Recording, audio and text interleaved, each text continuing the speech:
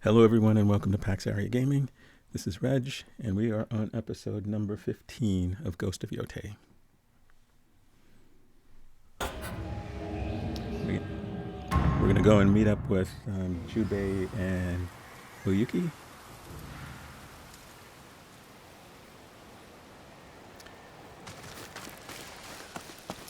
We're going to start one of the other main quests in this episode as well. We're not going to finish it, I promise you that, but we will start it.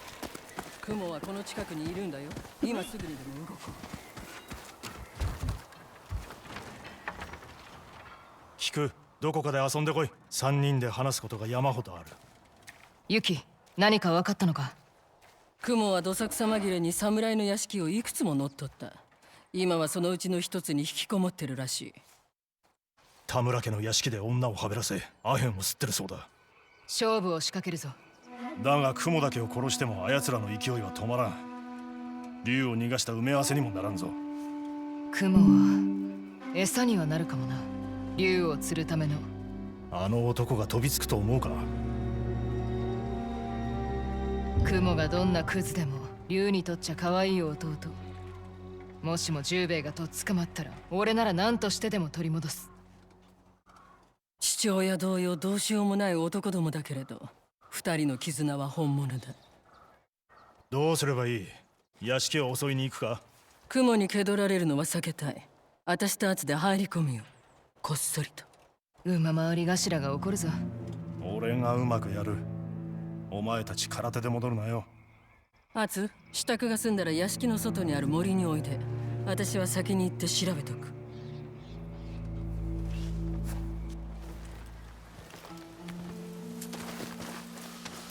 あの女をよほど信じてるんだな。差し当たりユキはよくやってくれてる。あやつが近くにいると背後から切りつけられる気がしてならん。あの夜、竜に撃たれる前、てめえを見つけられたのはユキが逃がしてくれたからだ。そして斎藤はユキに焼きごてを当てた。罰として。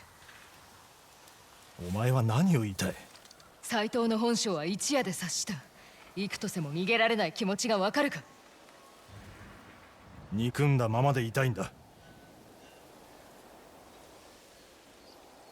ユキが狐だと分かった時、切ってやろうかと思った。切り合った方が気は楽だろうが。勝てるような物言いをするな。Come on, Jubei, lighten up. Come on, buddy. アツ、そろそろ行け。雲ごとき相手に遅れを取るなよ。ユキのところへ。和田殿のことは任せろ。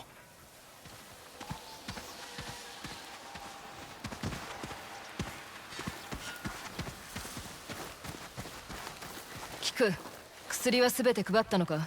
助かったって喜ばれた。よくやった。そうできることじゃない。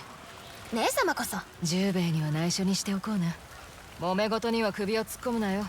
はいはい。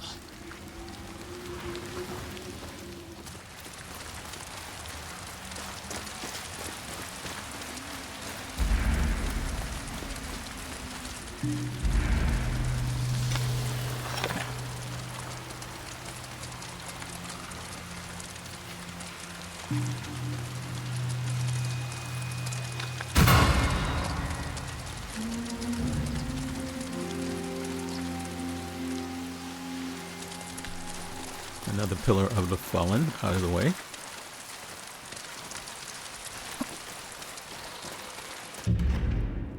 They're scattered all through the game, so whenever we see them, we pick them up. And we're going to handle this little fox den as well. Blushing Forest Fox Den. Sorry, I have the hiccups if you guys caught a hiccup in there. 愉快なやつだ。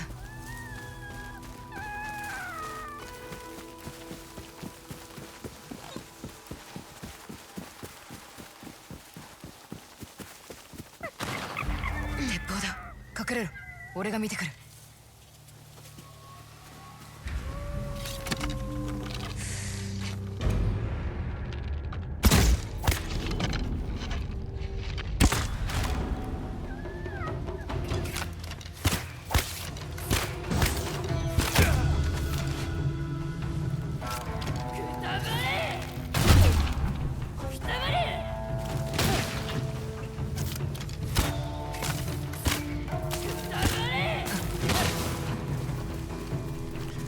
remember we're in gun territory here. この場所から今すぐ消えろ。傭兵6人衆を殺してるのはおめえか。俺が敵。これで狐も安心だな。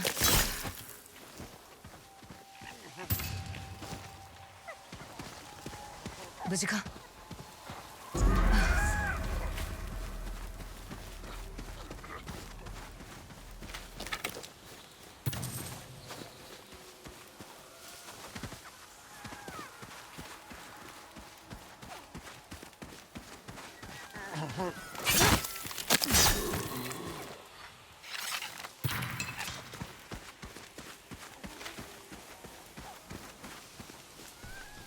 Every animal you save in the game, you will actually see later on.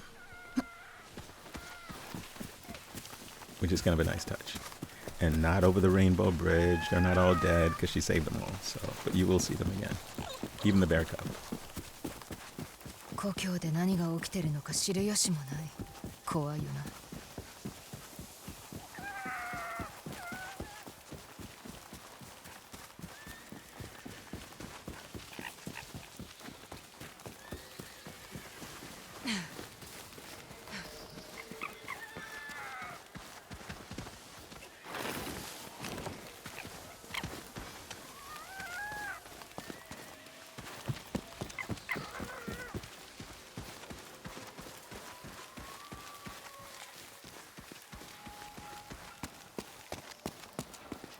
この戦がじきに終わるといいんだが。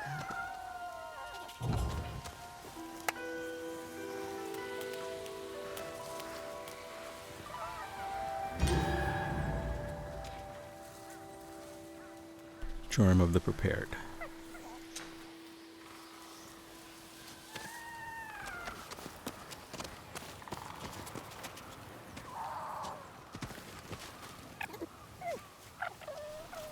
Thank you, little fox.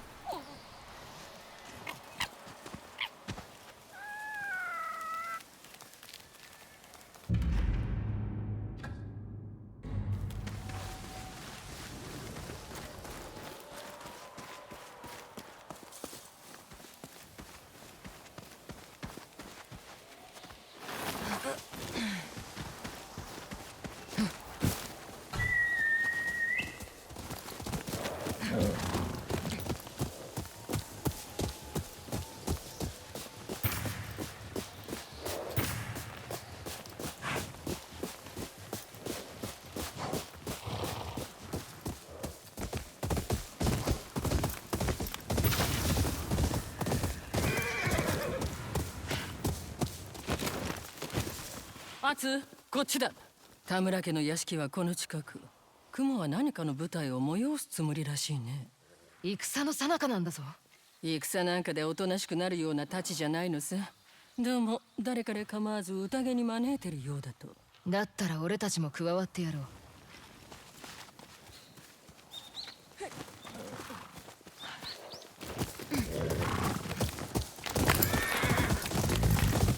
雲とは幾年も働いたんだろう。どんな野郎だ。竜のために手下の士気を上げる役回りだね。でもあいつを見てると哀れに思う。哀れ？なぜ？どれほど竜を気にかけても報われないんだ。竜が欲しいのは斎藤の褒め言葉だけ。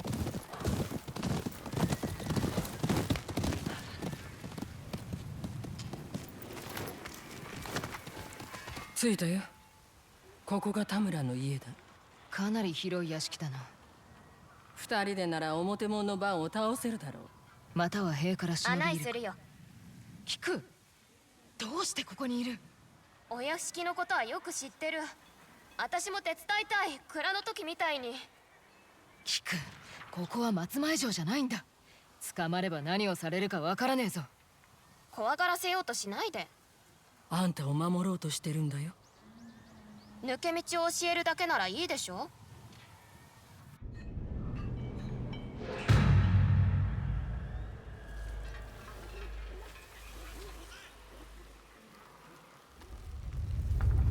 どうして行き先が分かった？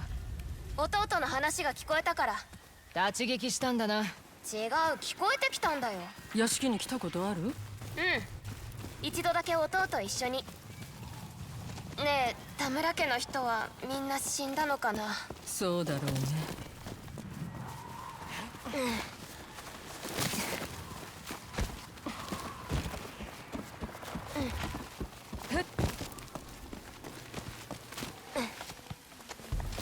こんな抜け道をよく。自分が忍びになった気分で暗くなってから歩き回ったの。皮肉だね、それが役に立つとは。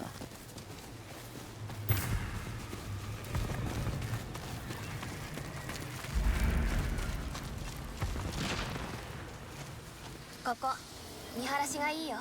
花火だと戦してるってのに。雲は伊達男だからね。見つけるのは固くないさ。あれはなんだ、竹か。暗すぎる。あそこはお庭。田村家の子たちとかくれんぼをして遊んだ。あそこから雲の近くまで忍び寄れる。あの建物はなんだ。客屋だよ。芸者はまずあそこに入って支度をする。肝心の雲はどこにいやがる。母屋が見える。万兵ばかりだ。だから雲はのんきに飲んでいられる。あそこにいるはずだ。芸者だったら近くに行けるんでしょ。装いを変えたらどう。圧の素顔を隠しさえすれば紛れ込めるね。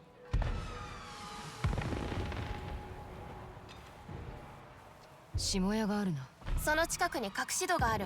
左の塀を見て。何にも見えねえぞ。連れて行くよ。来て。早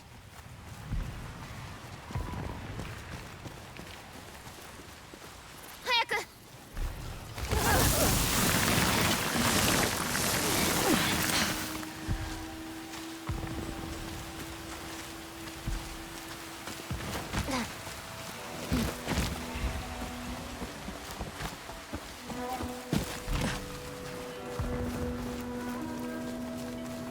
見て、これが隠し戸。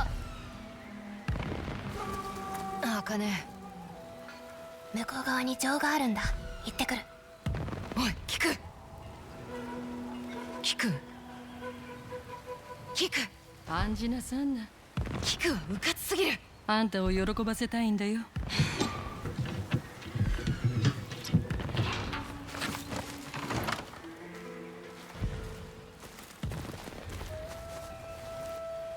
やったな。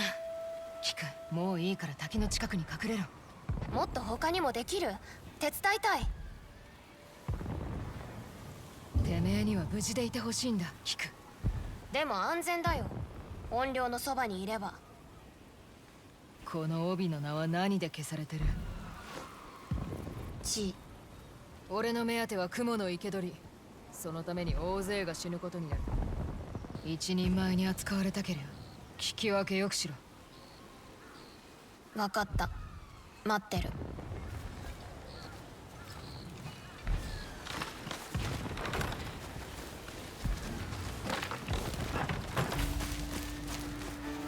少しきつく言い過ぎたか。私に聞かないでほしいけれど、言うべきことを言ってた。ひとまず芸者を探そう。面がなけりゃ雲には近づけないからな。少しきつく言い過ぎたか。私に聞かないでほしいけれど、言うべきことを言ってた。ひとまず芸者を探そう。面がなけりゃ雲には近づけないからな。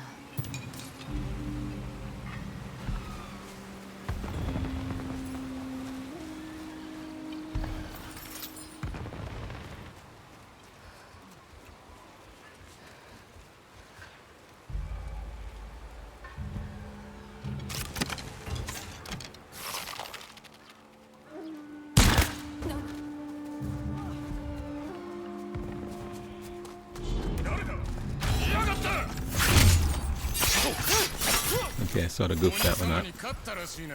おめえを切れば俺の名も上がるってもんよ。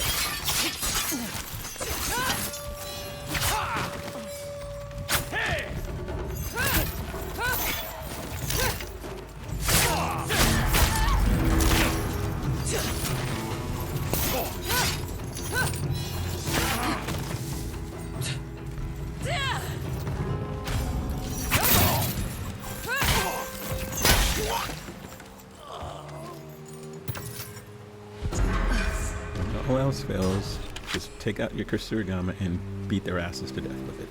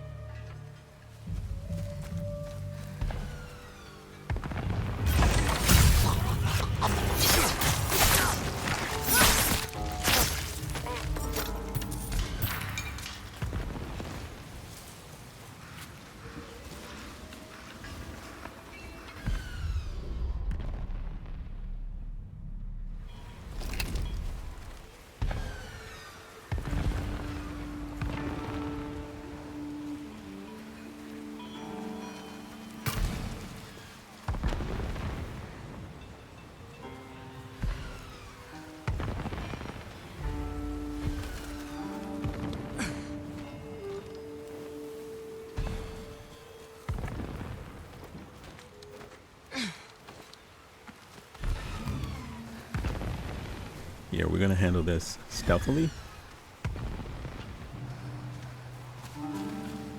As you can tell, it's my preferred mode when in these encampments.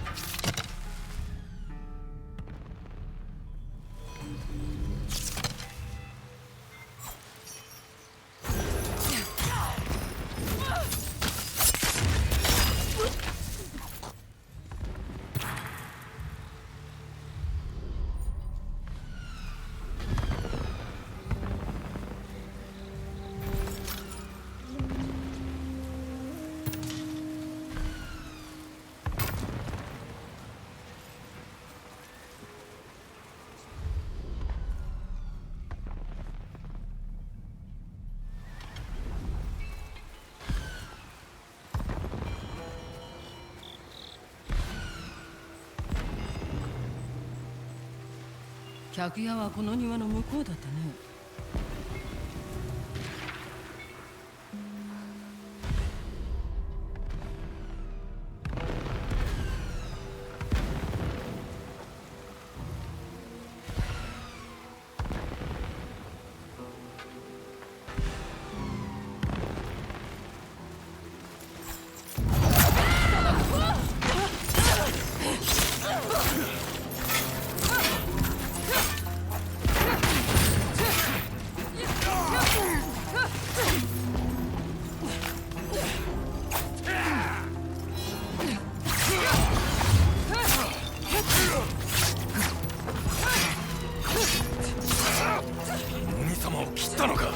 めえが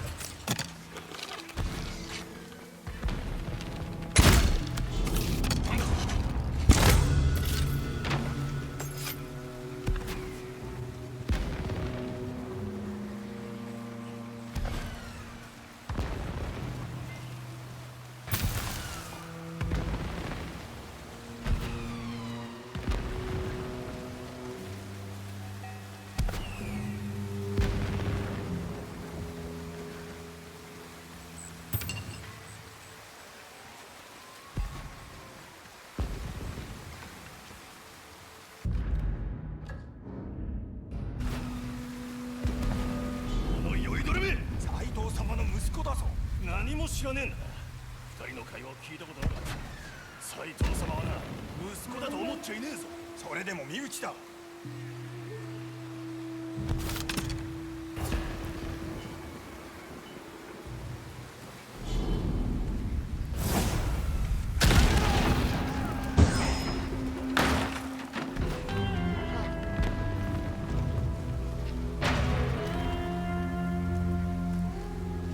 何か見えた。いたぞ。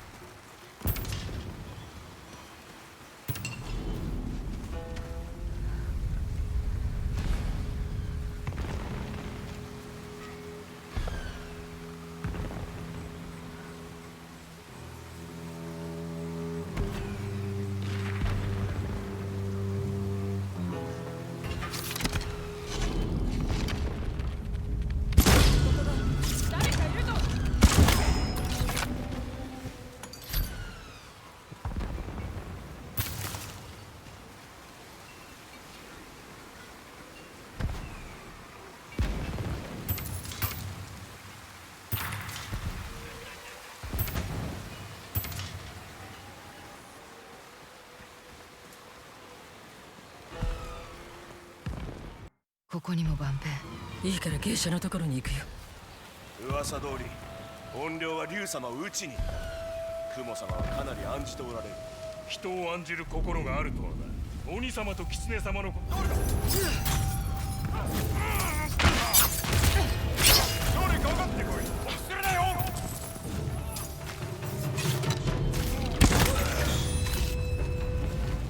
見ろ、あいつだ。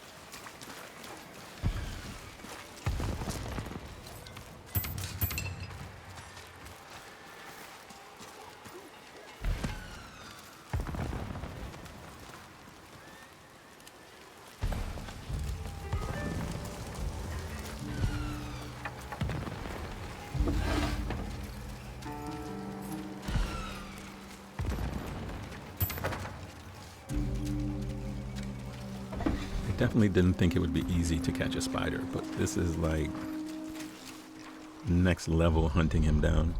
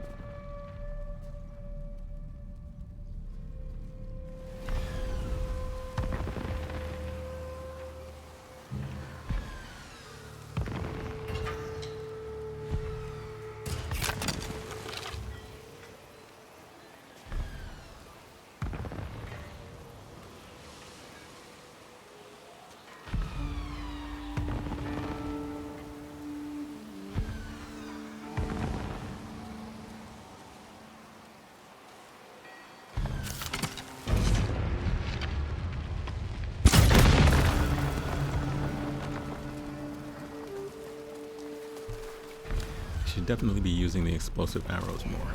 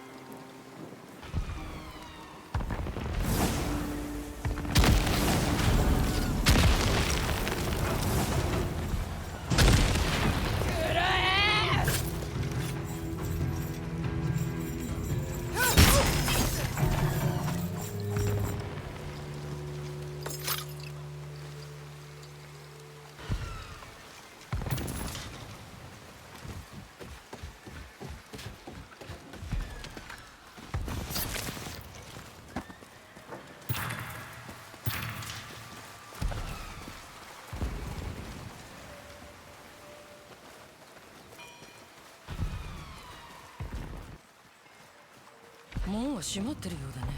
でも社の近くの岩場を登れそうだ。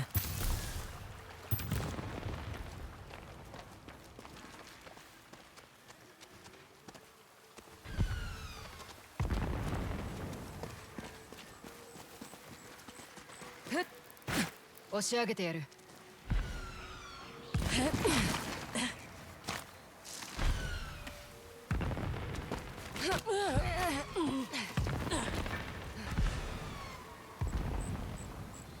あの客屋で芸者が支度してるはず。本土では男しか舞台に立ってなかった。蝦夷地では決まりなんて何もない。雲もその類なのさ。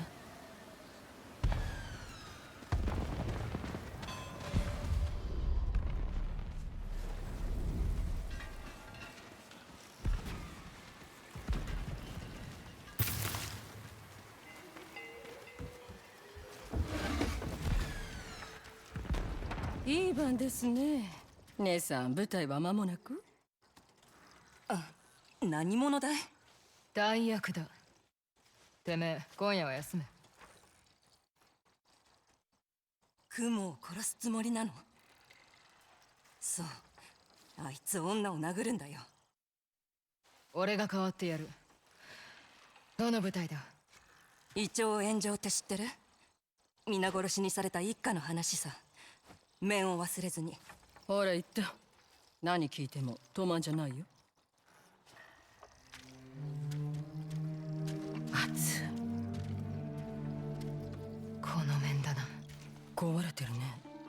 直そうとした跡がある。あつらえ向きだ。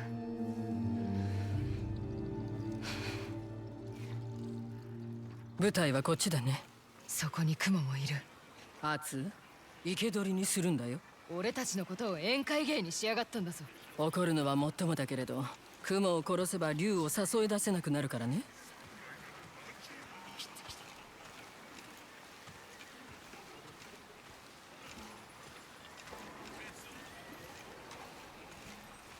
Okay, we're finally coming face to face with one of our enemies. 門の錠をかける。アツ、怒りを抑えるんだ。出ないと負けるよ。一人も逃がさない。雲様がお待ちだぞ。違う、あの木はもっと燃えてた。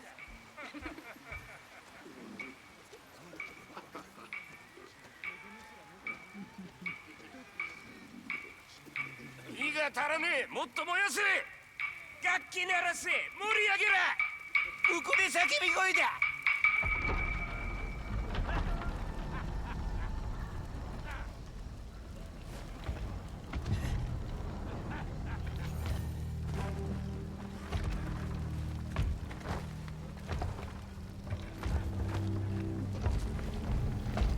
てめえはどの役をやるんだ？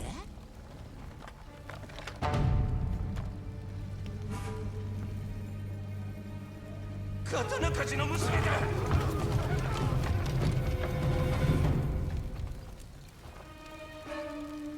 胃腸炎上の使命。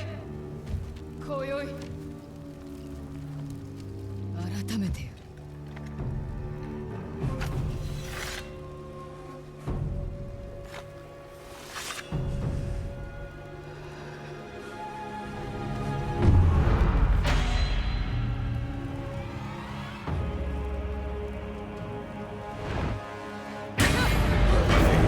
Dance. Alright, ghost dance. This should be awesome.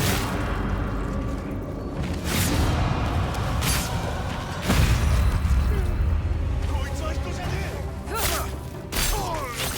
やっちまえ。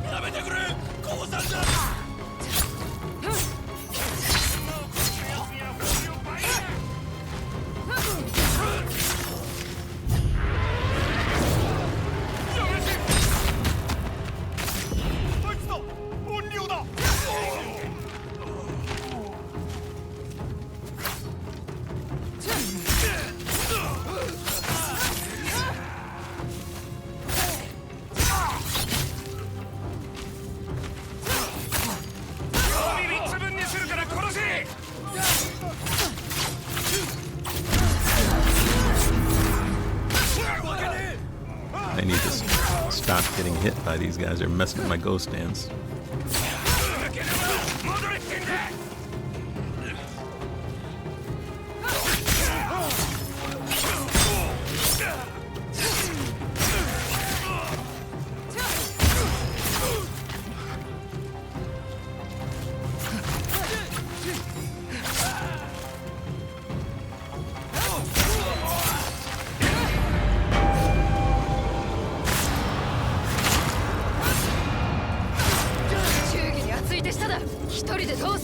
斎藤の息子だぞ。一人でだってやれる。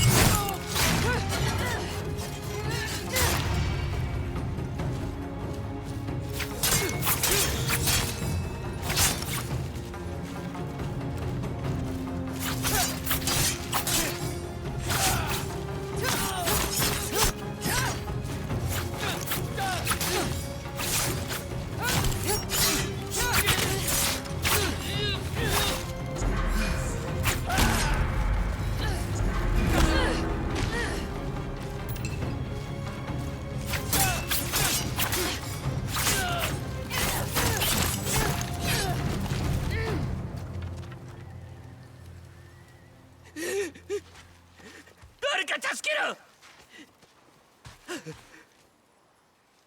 なんだよ。夢の中のてめえはこれほど腰抜けじゃねあたうちに来る。親父も兄貴も。え。どうしてこれほど腰抜けなんだ。やるならやれってんだ。ああ、そうした。心の底からな。今この場でぶった切ってやりてえ。だが生かしとく理があんだよ。今はな、Atsu、こいつを早く連れてけ。牢に入る姿を見届けるよ。あんたも後で来て。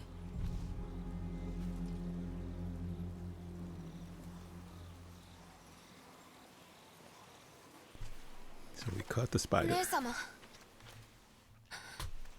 キク、ユキと一緒に帰る。着物血まみれだよ。帰り地だ。切った姉様が。行け。ジューベイに知られたらまずい。でも行け。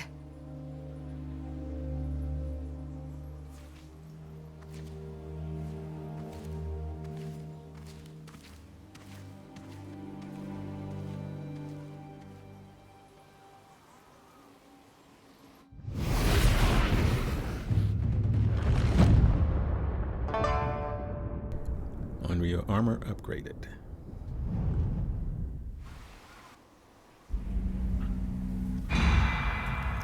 To catch a spider. We have caught the spider. And now we're going to use him to lure in his brother, こっちのもんだ。次は竜を誘い出す。 the dragon. At least we're going to try to.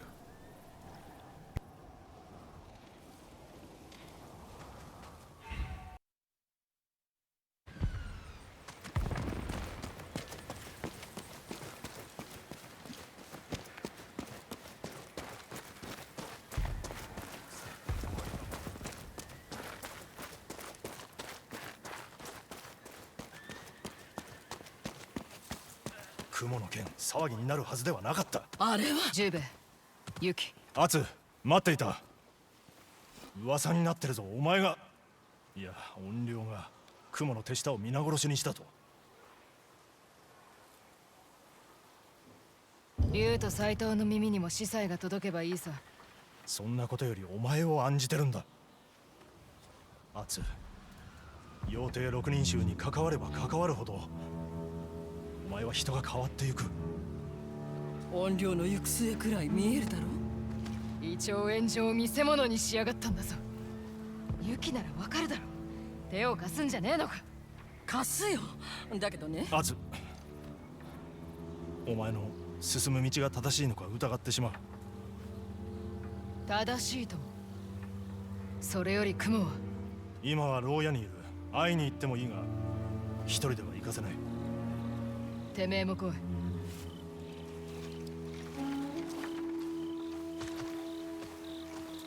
雲をおとりにすること、和田殿のお許しが出た。そうか。あとは竜を誘い出すだけだ。民の前で首をはねることになった。竜は命に変えても助けに来るだろう。それから伏兵が竜と戦う手はずだ。うまくいけば兄弟2人を撃てるわけか。雲の野郎にも知らせてやる。あまり雲を侮るんじゃないよ。隙を見せてつけ込まれたら元も子もない。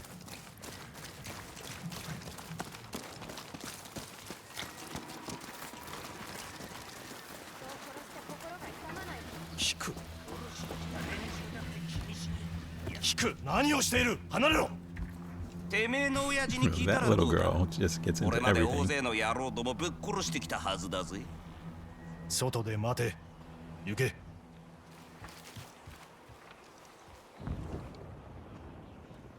いやい、どうして幾年も経ったのに未だに俺が怖えか。今は侍の北森だったな。違うか。娘の方はあの怨霊と来た。クソガキどもが立派になったもんだ。てめえ泣いて助けを請うてたな。飲みすぎて忘れたとは言わせねえぞ。気は晴れたか。手下を切り回って。ちょうどまた一人切りたいところだ。切れば名が売れるぜ。てめえは単なる餌だぞ。竜をおびき出すためのな。そうやすやすと斎藤家を打ち負かせると思うか。たやすくて困るぜ。必ず来る。その時は鬼が出るか仏が出るか、どいつも死ぬかもな。ガキだって容赦なしだ。その前にお前の首が地面に転がっている。アツ、出るぞ。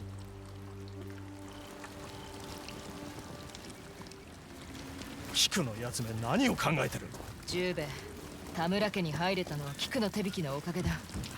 連れて行ったのか。それにはいろいろ事情があってな。後でじっくり聞かせてくれ。いつまで箱入りにするつもりだ。この世には雲のような男がたくさんいるんだぞ。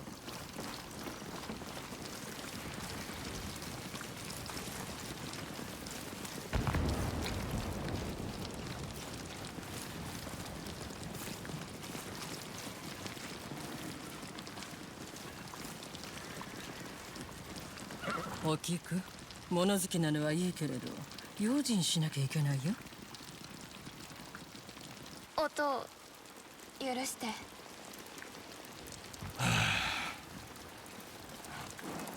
お前を戦から遠ざけたかったが、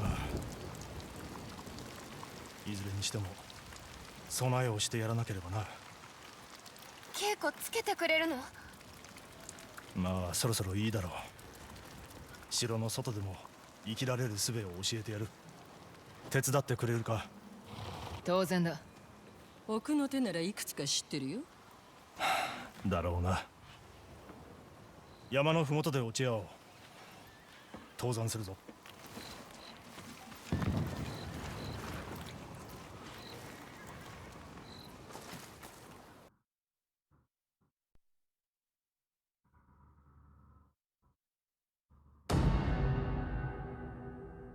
アグリが盗まれるかも。盗み。姉様。キク、しばし待ってろ。菊の様子は？悪くない。だが雲のせいで心が乱れている。お前が雲の手勢を切った後、キクと言葉を交わしたらしいな。あんな姿は見せたくなかったが。キクも怒りを秘めている。お前と同じだ。うまく隠しているが。ジュベ、あの子を守り抜けるか。いつか失いそうだ。菊の怒りは孤独を感じてるがゆえだ。浮世を見せてやれ。屋敷に一人置き去りになどせずに。だがあの子が変わってしまう。人ってのは変わっていくもんだ。てめえはそばで導いてやればいい。お前がいてくれてよかった。キクを連れて遠出しよう。斎藤が手を出さんよう手勢に命じた山寺があるんだ。楽しい登山になるぞ。寺で夕飯を食おう。キクにも手伝わせたい。だがその前にしばし黙人になるつもりはないか。キクが何かを叩きたいようでな。組手でいいならいつでも手を貸してやる。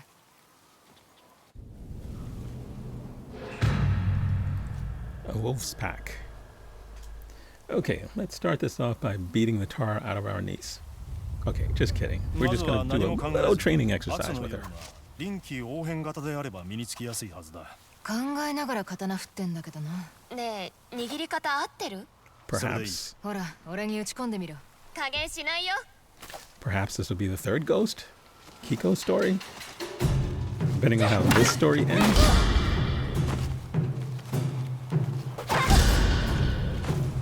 Yeah, I gotta let her hit.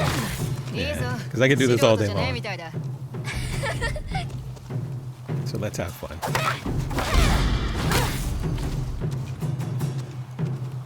気にするな。次を防げばよい。はい、音。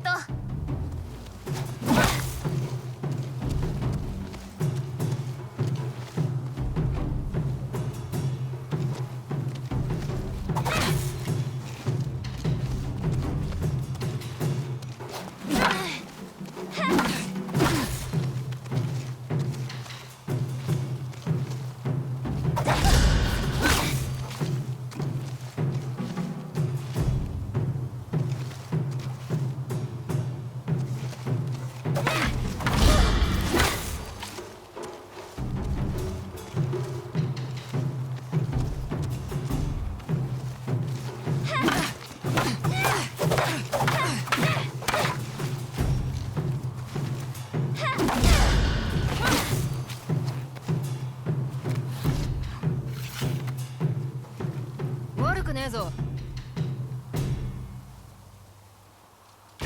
もっと稽古しないと。よくやった。恥じるな。自慢の娘だ。次はユキに頼んで稽古をつけてもらえ。日暮れまでには寺に着きたい。行くぞ。キク、先に行っていろ。 Good job, Kiko. Kiku. 良いおばになったな。刀を置いてこうなせとか言うつもりじゃねえだろうな。母になれとは言っていない。キクの母親はどうした？ She lives in a military キ encampment クが生まれて They could have trained her a long time ago. 病になってな。そのまま死んだ。 instead of doing gardening and ま stuff. あ But I なん guess とかやっている。 culturally 優しいお speaking, ばができたしな。 that would have been normal. I mean, girls weren't in battle, right? Except Saito has women. They usually use guns, but he does have them. 迎えに行こうと思ってたところだよ。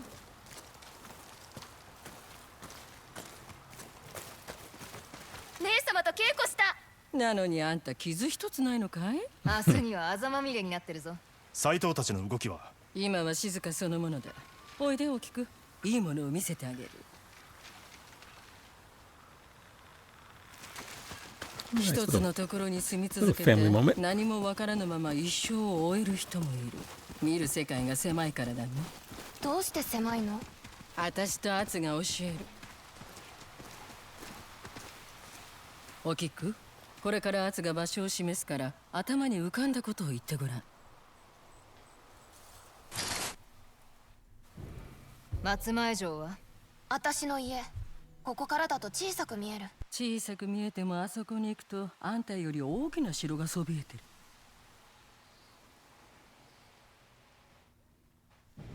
大磯村。あそこは危険だって音が。どうしてだと思う？人は恐れたりやけになると普通じゃなくなるから。かがり火台だ。竜をやっつけてかがり火台を取り返した。逃げられたんだ。どちらも間違いじゃない。見方によって物事は変わる。大きくな世界は広がったね。今の道しるべを使って地図を書いたらどうだい？お店で買ったらいいんじゃない？自分で書けば行き先を覚えられる。まあ見てろ。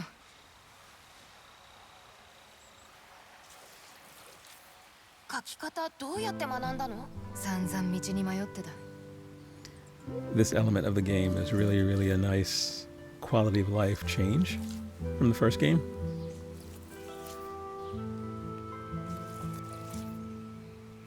I mean, it's amazing. For years and years, you thought, okay, what is this for? And every once in a while, a game will put one or two things in, either to call up the menu,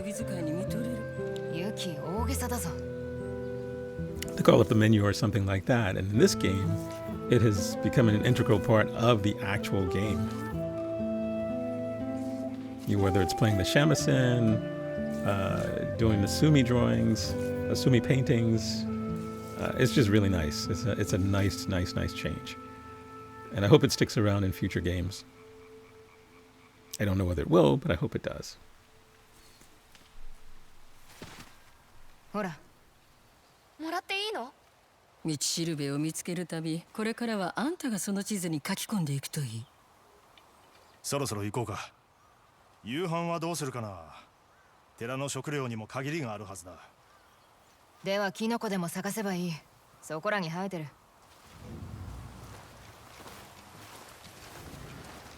食料探しを覚えて損はないよ。こうした厳しい時代では特にね。湿ったところを探せ。斑点のあるキノコは取るんじゃねえぞ。な、ジュウベイ。あの話はキクに聞かせたくない。どんな話？昔、斑点のキノコには呪力があるとジュウベイが言ってな。そうなの？嘘だ。それで音は食べたの？ああ、おかげで幾日も閉じこもる羽目になった。かわやぎ。おい、いいのか？俺だって覚えてるぞ。アツは生焼けのウサギ肉をむさぼってあちこちに吐き散らかした。二人揃って可愛いこと？アツ、はぐれたいのか？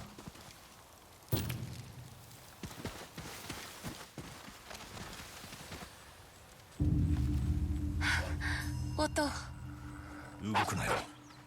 待て、あいつは襲わね狼を最後に見た日は。あの日も俺たちを襲わなかった。Hey, don't mess with Kiba. こっちが何もしなければいいだけだ。She's friendly. お前がそういうのなら。あの子ついてきてほしいみたい。行ってみよう。いい？ああ、だがアツから離れるな。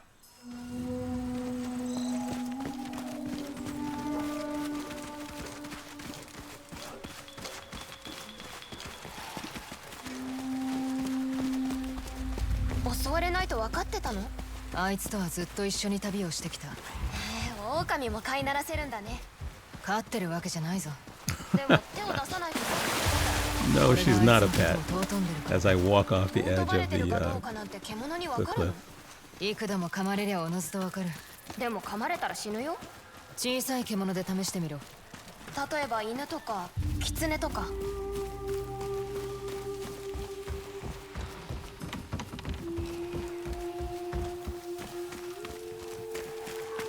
That's another touch in this game that I like. They could have easily turned her into Atsu's pet, and they opted not to do that.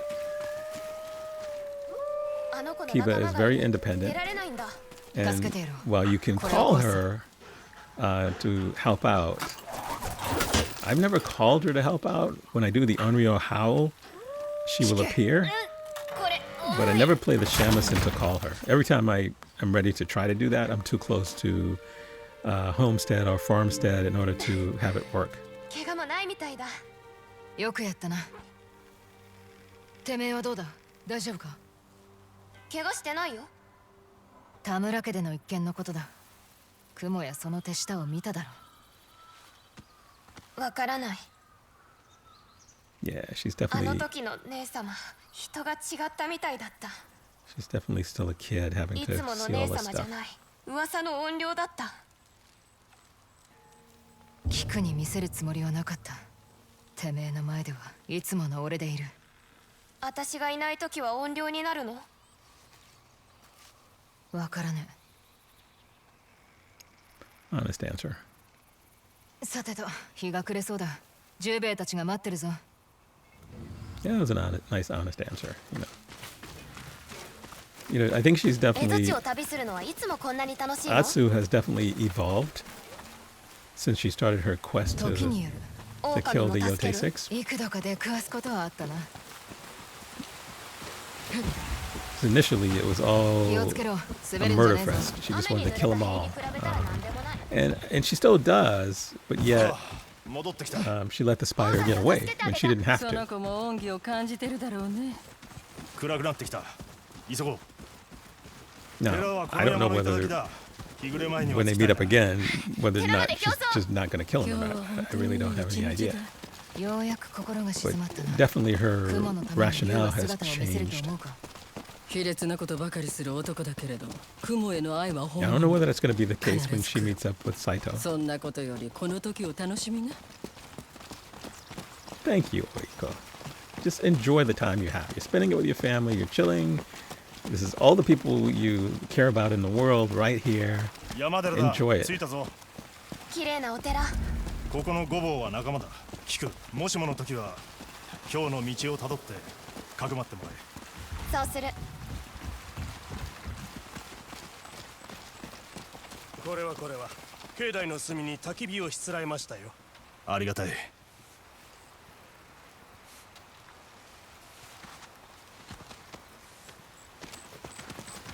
お腹が空いた。何か作ろう 腹を壊すぞ。てめえ Just like a brother.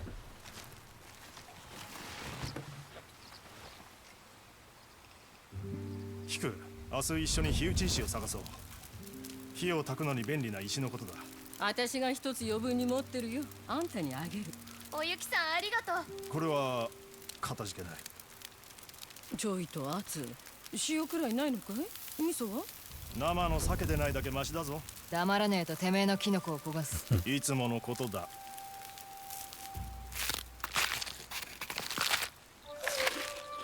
キク飯はうまかったよな正直にああ、姉様にも増えてなことがあるんだね。 That's cute. 金輪際俺の飯は食わさぬよかったな。黙れこの野郎三味線を聞きたいな。夕飯の後、いつもお母が弾いてくれていた。姉様、歌の作り方教えて。俺の飯がまずいと抜かしたくせにお願い。仕方がねえ曲は俺が選ぶからな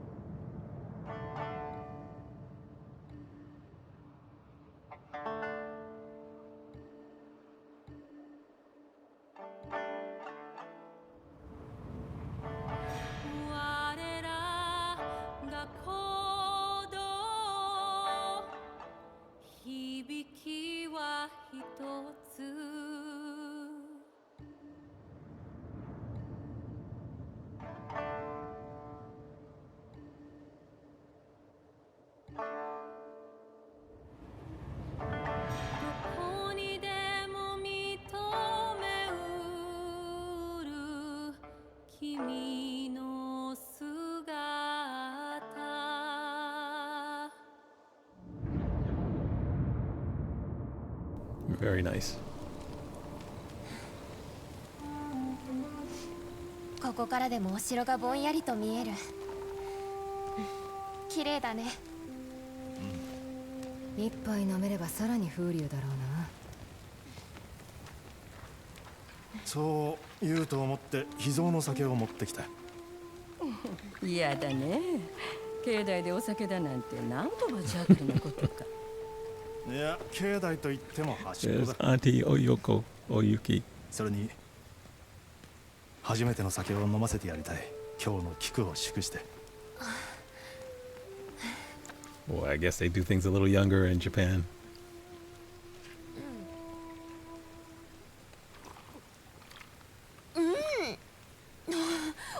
が隠してる酒より美味しい。Oh my god. でもそのままにしてあるんだよ。動かしてない。だが中身は軽いわけだな。こっそり水を足してる。気づかなかった？ Oh my god, this is great. 里い子じゃねえか。俺たちは埋めて隠してたな。These are the parts of these games 大胆不敵でいいんです。 that I really like because it humanizes the characters. Now you can obviously not do this particular mission. I don't think you have to do this one. You know, there are these humanizing elements that can be skipped. Because I play as a completionist, I try not to. I think I would love the game whether I played this particular quest or not. But it just feels right to have everyone there, including Kiba. I mean, this is just like perfect. Probably the quiet before the storm. I think we're getting close to probably the end game. Or in the end game section. A wolf's pack. I'm guessing there'll probably be, if I'm guessing based on where we are in the game, probably 3 more episodes, maybe 2. 2 or 3, let's just say that. And there'll likely be longer episodes. This one's going to be about 2 hours, maybe a little bit more. I think the next ones will be as well. I probably will not show all of the activities that you see on the menu, as you won't be able to track all of them to know how many you've done and how many are left until the end game. So as many of them as you can find and do, you should do. You know, as a completionist, it drives me crazy not to know if I've, you know, I think the ones you can figure out are things like the wolf dens, because the only way you max out the wolf is by completing all the wolf dens. I think it's similar with these. There are 60-something odd number of these in the game. And they give you technique points for everything else. So once you've unlocked all of the technique points, you know you've done all of these little altars. So those are a bit easier to figure out, but some of the other ones aren't as easy to figure out. And you won't know that until you get to the very end, like the hot springs and those kinds of things. So once you get to the end game and you can see that, then if you want to continue playing on for that particular achievement, then you would simply go and do that. I'm just going through and getting some altars here. I call these my familiar tasks. I don't think you guys want to see me do every single altar. It is the early ones. Okay, so the katana is done, the dual katana is done, the odachi is done. All of the weapons are done. So there are no more altars for me to get. There are going to be more bounties, but not a lot. I've done most of the bounties in all of the areas. This is at the Matsumai Castle. ためらうことなくルミンを屋敷に招き入れるほどです。そりゃ慈悲深いこった。どこにいる？大島ヶ浦から脱する手はずを我らのために整えてくださっています。So there'll be a 鬼面隊が出た。この近くにいる。加藤様はお屋敷の外です。待ってはいられん。Okay. 流浪人雇われてはくれんか。This is the Wayward Oni Raiders bounty. 石狩ヶ原からはめったに離れないはずだが。So there are a couple in the area closest to this capsule. あいつらを片付ければ加藤様から賞金をたっぷりいただけるはずだ。どこにいたのか教えてくれ。These story-related ones I will sort of play all the way through so you can see it. The sort of ones that I do on my own that aren't really story-related, I probably won't show the full quest of that.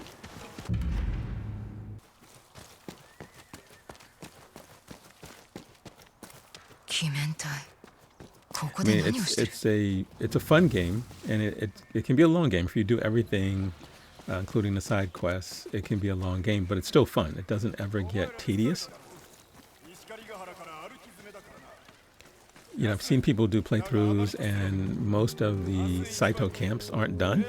I'm like, well, how do you guys go through the whole game leaving all these camps like there with Saito's men there? You know, my feeling, same thing with the, you know, Kitsune's group, the Nine Tails, is just wipe them all out. I mean, you're always going to get a technique point. You know, you clear an area. The citizens seem like they're pretty appreciative.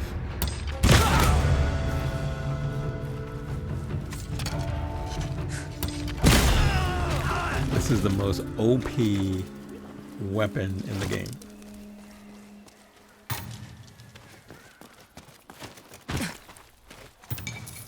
I mean, they can't escape it. It'll even kill field bosses.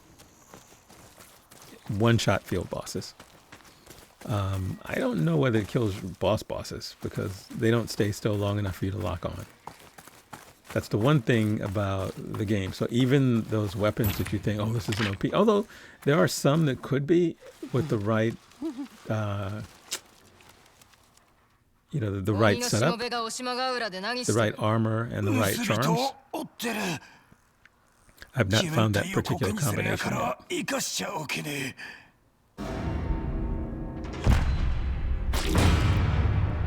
This was probably the easiest bounty that I had. Mostly because the arrow. I mean, the bow and arrow. I didn't have to fight basically anybody. I mean, I just shot them all. So if you're wondering, well, why don't you just do that with all of them? Well, I want to do a little variety. I don't want to do the same thing. I've used that before in other areas. This particular armor set, the Dragonfly armor set, as well as the charm that goes with it that allows me to do that. Yeah, we don't need to go that way. We've been to that side before. That's not where we want to go. We want to return back to this gentleman that told us what was going on and chat with him again. 鬼面隊を始末したぞ。でかした。加藤様は中でお待ちだ。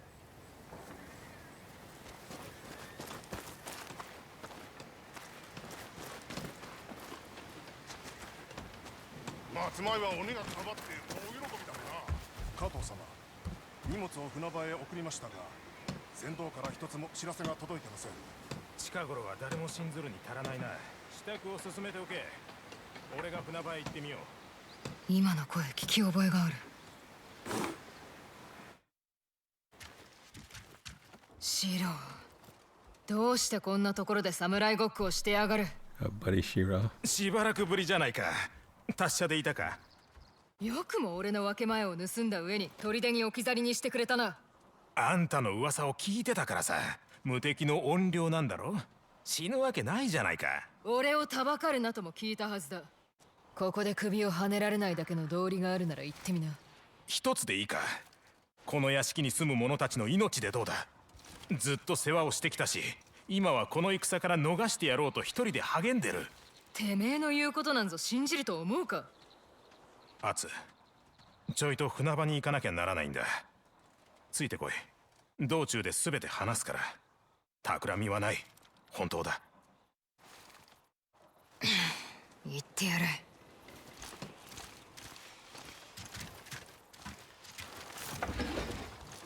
荷物をまとめろ。俺はこいつと船場へ行ってくる。そんな無茶な。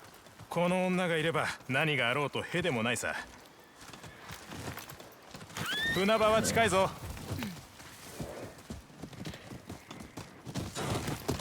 シロ、てめえの狙いは何だ。偽りなく本心を話そう。俺はここらで育った。土にまみれて朝から晩まで盗みと喧嘩だ。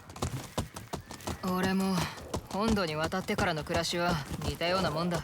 ならわかるだろう。ここで生きる辛さが。屋敷のみんなにはまっとうに暮らしてほしい。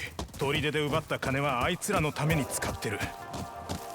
初めからそう決めてた。行け。 Seems like 初めから。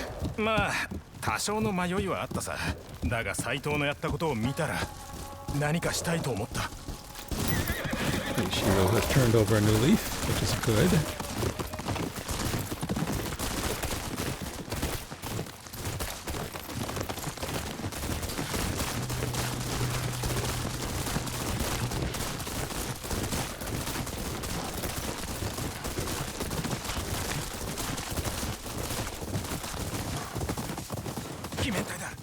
Kagame.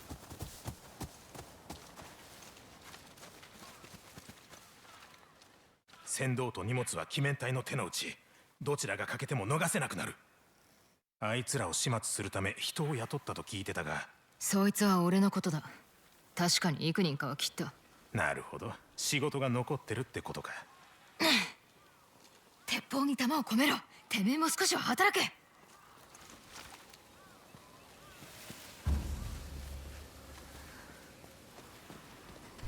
I don't know how many arrows I have left.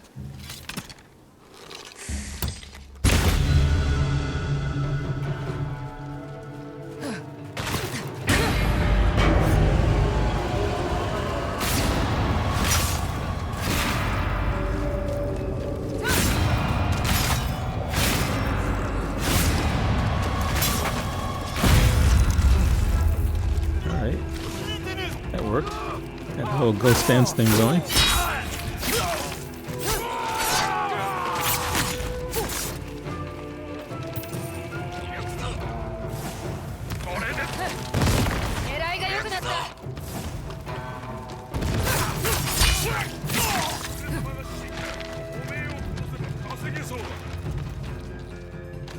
All right, Shiro, I'm waiting for you to shoot people.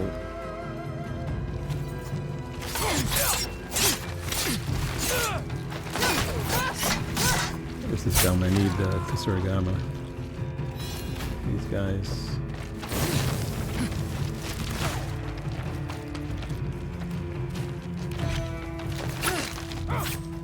Actually, no, I thought he had a shield.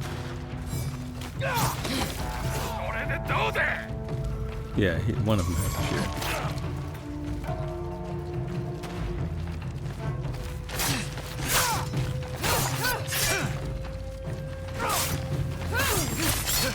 This is where you can certainly see the difference in terms of how the armor plays. Like the Undying Samurai armor is a little bit more forgiving for the parries than this one.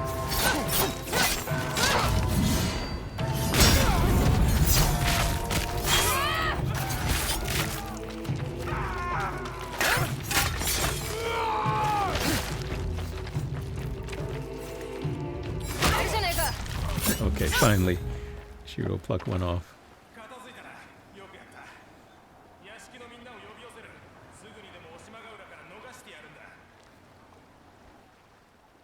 All right, semi teamwork. 鬼が死んだ今、鬼面隊から逃げられると思ったが、俺が甘かった。存外しつこい連中だからな。あとはみんなの船出を見届けるのみ。お縄になる前に別れを言ってもいいか。てめえも船に乗れ。え？素人としての賞金はケチなもんだが、加藤様としての値打ちは相当なもんだからな。感謝の言葉が見つからん。あんたは噂の怨霊ではなく菩薩のようだ。世辞はいらん。ほら、さっさと行け。俺の気が変わる前に。砦の銭はほとんど残っちゃいないが、今日の分は払わせてくれ。俺を信じてくれた礼だ。シロ、達者で。This is another example of her evolution. Early in the game, she was just killing all the bounties. The new lord. Later in the game, you know, it's a little bit different. I mean, he really sort of stooped her on the first time they were together. You know, but he didn't kill her. I mean, I guess he didn't attempt to kill her. So I guess that's one difference between this bounty and some of the other ones. is some of them are just trying to escape and trying to talk her into not taking them in or not killing them, and others are fighting. Shiro didn't do that. Okay, let's go hunt down Iwa the Beautiful.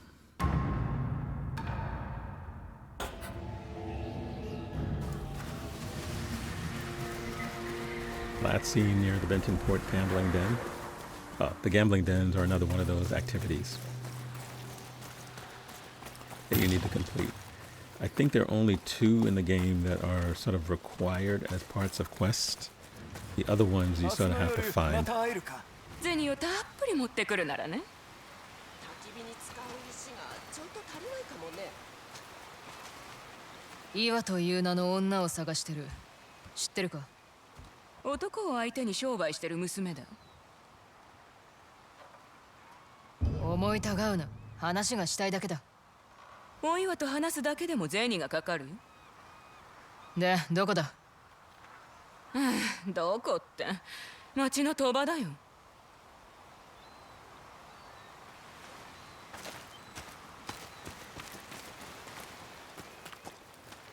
ではこれでどうだ？安い女じゃないよ。何見てんだ？どっかに行きな。いや待て、こっちの女にしてみるか。お前はいくらだ？馬50頭、大阪に屋敷。あとてめえから匂ってくる公務だ。鼻が詰まりそうだが。お前ら気でも触れたか。このような恥ずかしめ我慢ならん。帰っちまったじゃないか。あんたのおかげで明日までおまんまお預けだ。悪いな。岩という女を探してた。刀？帰っとくれ。賞金がかかってんだ。賞金なんて出ないよ。ここの暮らしが厳しいこと知ってるだろ。仕事も選んでられない。お岩はいい子なんだ。それは会って決める。他の賞金稼ぎは切り捨てるだけだが。この先の浜にいる男、そいつに聞いてみな。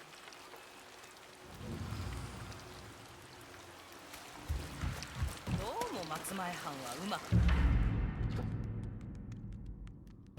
ないみたいだね。いつまでここで暮らせることやら。そうする。どうして山頂はただだ。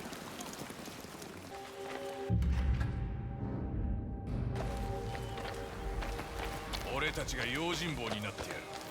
おめえらが悪党じゃねえか。取った魚を半分よこせ。悪党の本領を見せてやってもいいんだぜ。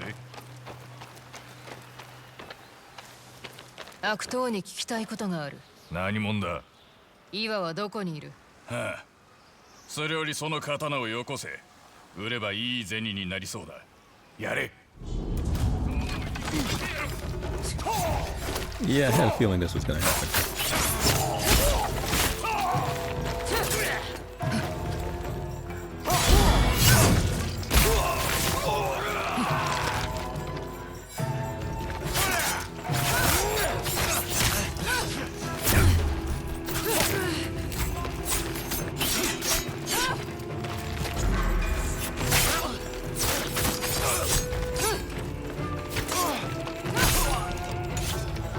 I don't know why I fell in love with the dual katanas again. Not the best. Okay, there's only one guy left.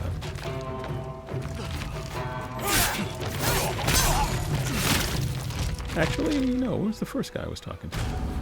Oh, there you go. Buddy, really? You gonna fight me with your fists? Yeah, I don't have that much honor, so I'm not using my fists. 今はどこにいる？居所を吐け。侍を殺した女郎のことだろう。安全なところにいる。それはどこだ？身を隠したいと頼まれて、俺が一つ用意したんだ。ただで働くとは思えねえ。銭をもらったんだな。それがどうした？今は戦だ。食うためなんだよ。飢え死に以外の死に方もあるぞ。このまま居所を吐かねえと。わかった。町外れのあけぼの色の葉の木、それが目印。近くの家の屋根裏に隠れてる。屋根が木の葉に覆われてる家だ。さっさと吐けばいいんだ。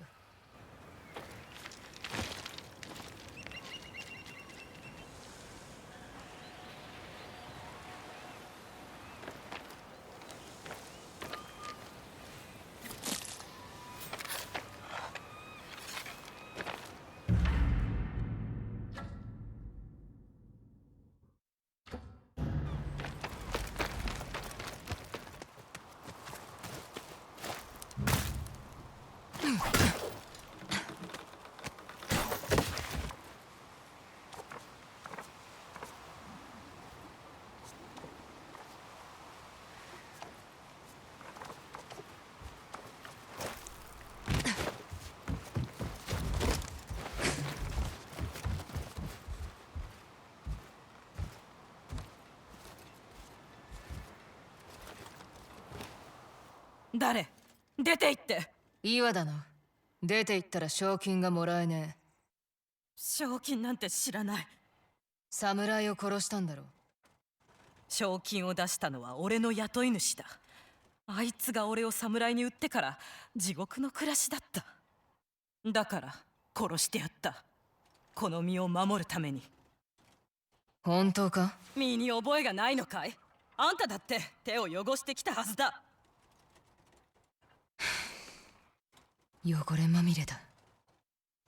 この町を出ろ。頼りになる人はいるか？助けてくれる人なんぞいない。売り物だからね。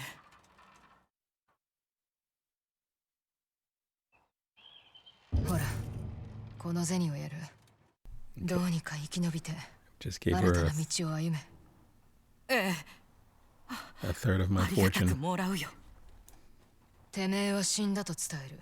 夜に立て。二度と侍を手にかけるなよ。あAll あ。right, Iwa. This is another one. See, this is just more evidence.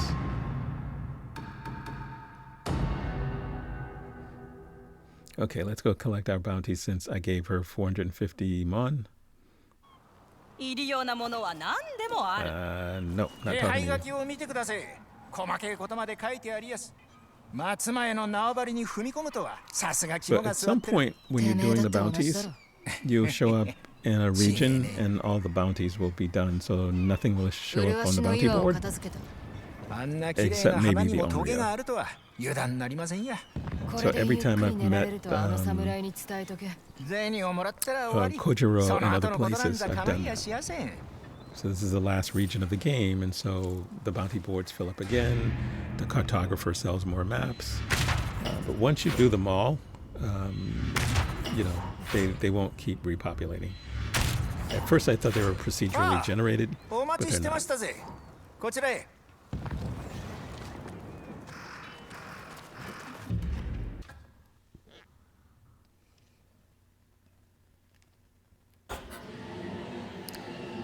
So the two that we're going to do is Eagle Eye Kondo and Shinpachi, the armor thief.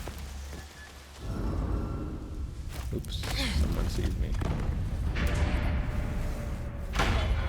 This is Kasuga Village.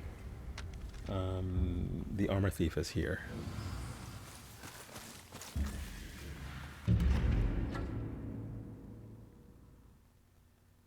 And what we're going to do, although the thing is telling me Eagle Eye Kondo, I know he's not here. This is the Shinpachi guy. Okay, I don't know why the guys at the gate didn't see me do that to you, but hey, I'm not going to complain.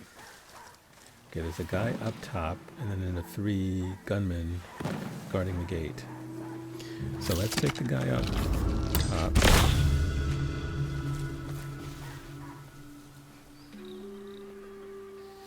And now let's deal with the guys at the gate.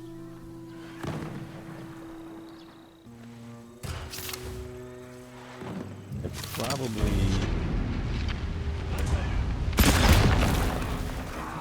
actually work out pretty well. I was gonna say I probably should have used a Scorch Bomb if I had any. Early in the game, before doing these encampment type places, I would always go to Ran, the bow lady, and make sure I had all of my arrows. I never went to the bomb lady to make sure I had Scorch Bombs and stuff like that, because you find them in the game. Actually, you find arrows in a game too, but I always wanted to make sure I was stocked up on that, since, you know, I'm doing the stealth archer kind of a thing, so I always want to make sure I have them.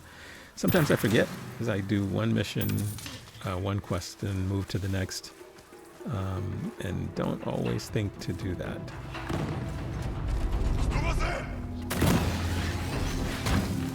Okay, this guy saw me.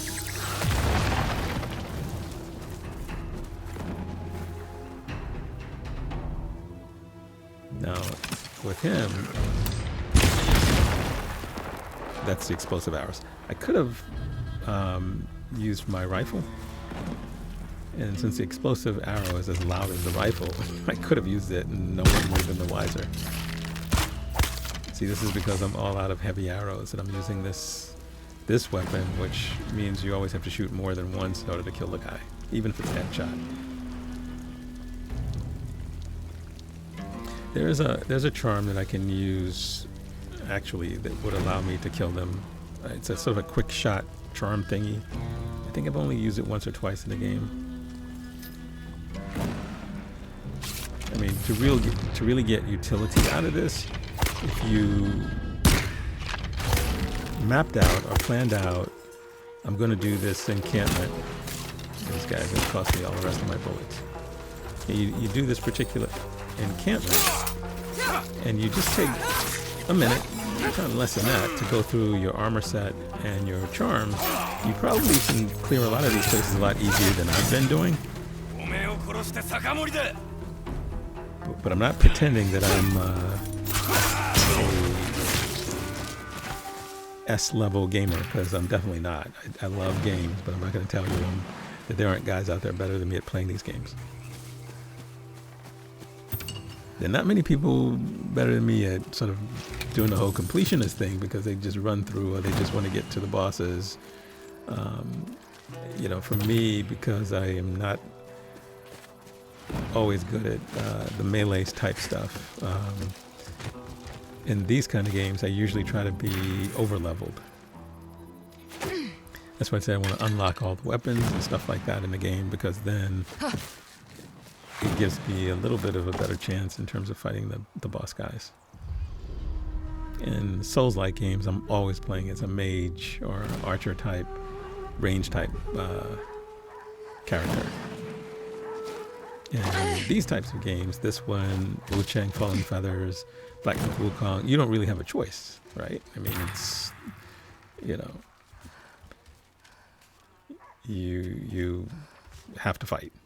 You know, there may be some tricks or cheats that you can unlock at some point along the way, but they're mostly fighting type games.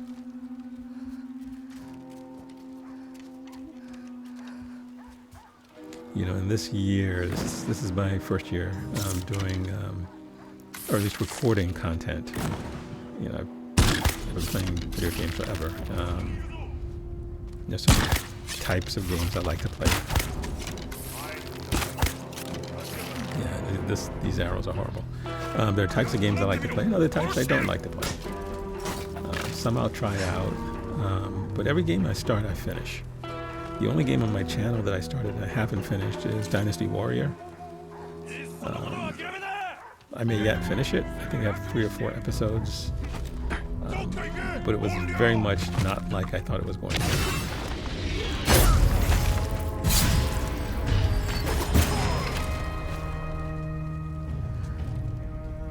And I've not played that type of game in the past, mainly because I don't like them. And when I started, I thought, oh, this is going to be good. It's going to be story-driven. But the story is relatively weak. It's more about the very large battles and almost like playing chess, setting up your team and stuff like that. And it's okay, but it's just not my cup of tea. And I think I played that right after Black Myth Wukong,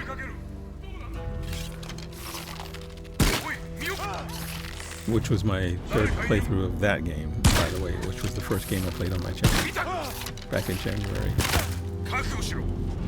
But what I didn't realize when I started the year was that there'd be so many games of this style. Black Myth Wukong, Assassin's Creed Shadows, Wu-Chang Fallen Feathers, this game,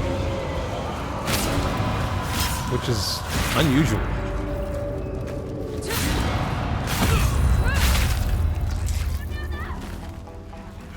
When I played Ghost of Tsushima, I don't think I played another sort of Asian-based game with a storyline like this that whole year, which was pretty interesting.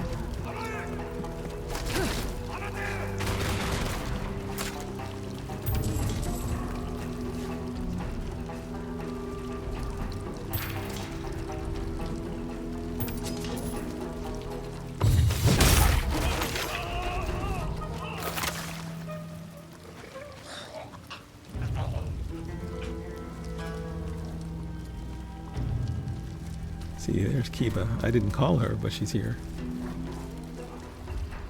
So she does her own thing. She shows up. She won't attack unless I attack. So I don't know whether there's a way to make her attack, since again, she's not my pet, or she doesn't really work for me. She works with me, and I work with her.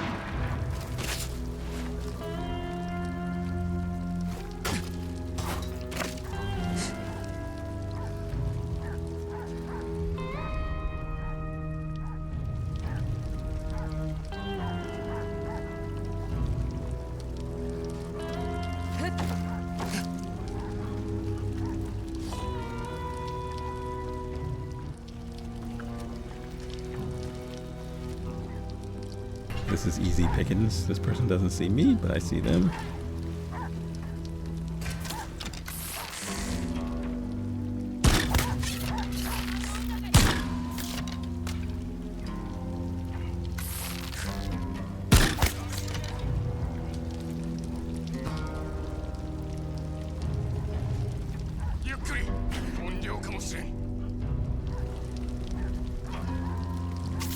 Apparently Kiba can climb walls or climb onto the roofs of buildings.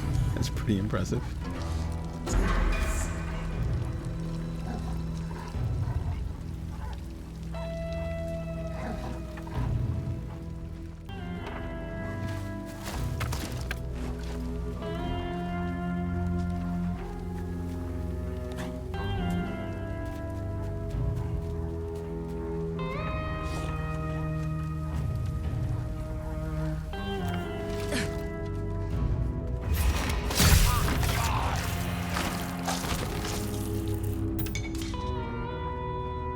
See, this part of the game reminds me a little bit of AC Shadows, or any AC game.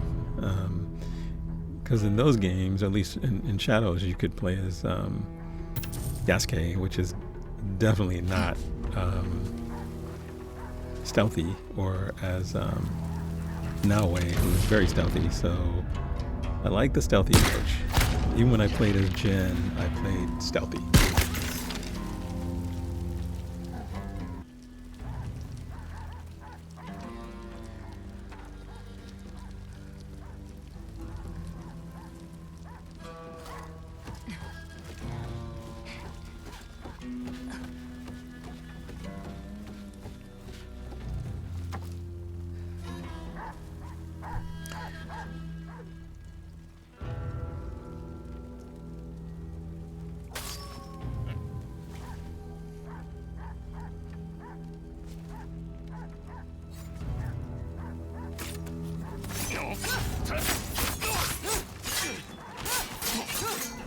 Okay, but I totally goofed that up. Totally.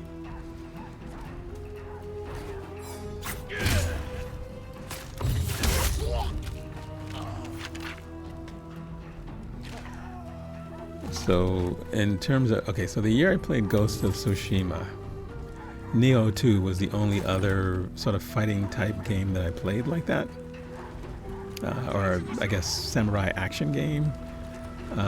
The other games I played that year were Death Stranding, The Surge 2, Last of Us 2, The Division 2,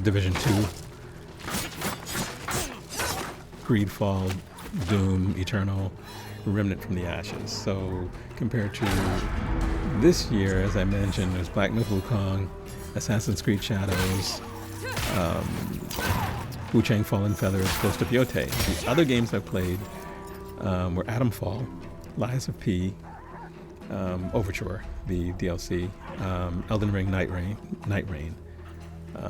So as you can see that out of the, and I played Lies of P 4 times. You're only going to see it once on my channel, but I did play it multiple times. I think I was waiting for Night Rain.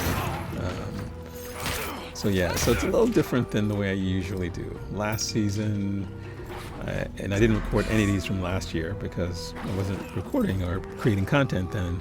But last year, 2024, was Immortals of Avium, the original Lies of P, Dragon's Dogma 2, Rise of the Ronin, Elden Ring, and Shadow of the Erdtree, both of those, Dragon Age Vanguard, and Diablo 4.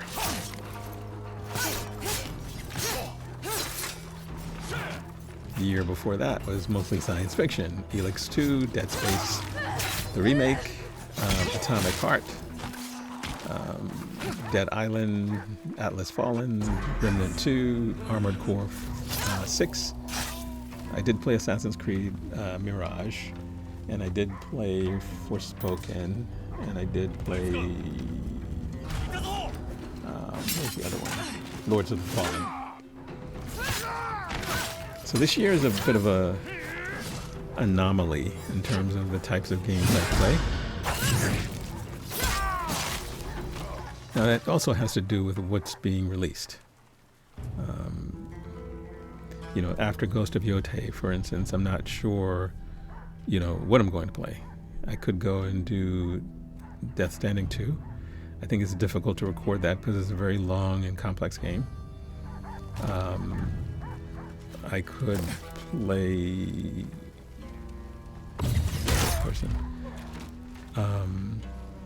Arc Raiders, which again, I don't really do MMO type games, and it's sort of like an MMO. Elden Ring, Night Rain sort of forced you to play multiplayer. I don't typically do multiplayer games. And I know that Arc Raiders is really designed as multiplayer, although I think there is a solo mode. The Division had a solo mode. I played The Division solo, but there are missions where you are required to play multiplayer. But you would just go to the hub and do matchmaking, and you know, you get people. I just don't know how much of the game that is. If that's most of the game, then I wouldn't be interested in playing it. If it's only, you know, 20% of the missions in the game, then I probably would be okay with it. So Arc Raiders is a possibility.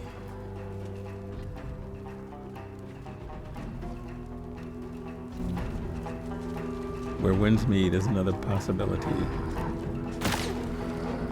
I think that was on my list in January when I was developing lists of games I wanted to play this year.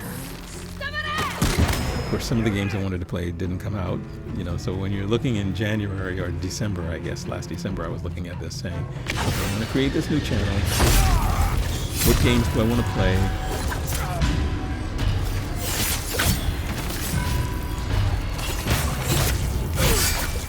This is one of my best assassinations ever.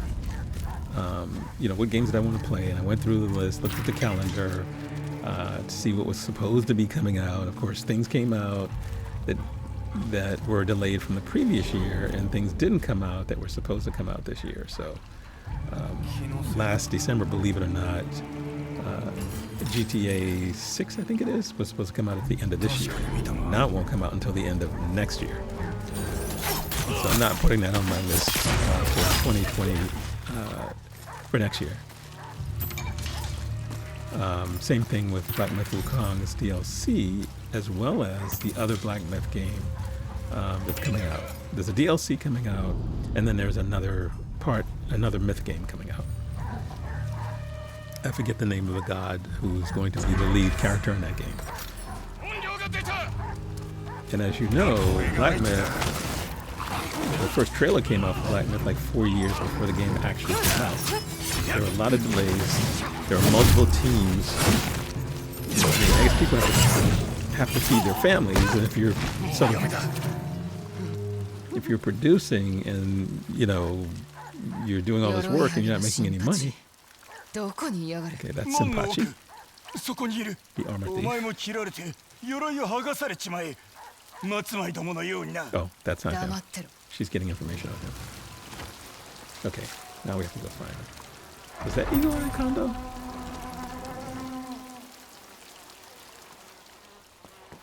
We'll find out. Anyway, so I'll do the same thing in December. I'll go through and take a look at, I have one more that I have to play this year. I don't know what it'll be yet. So when I know, you'll know. Maybe it's something I'm not thinking of at the moment. While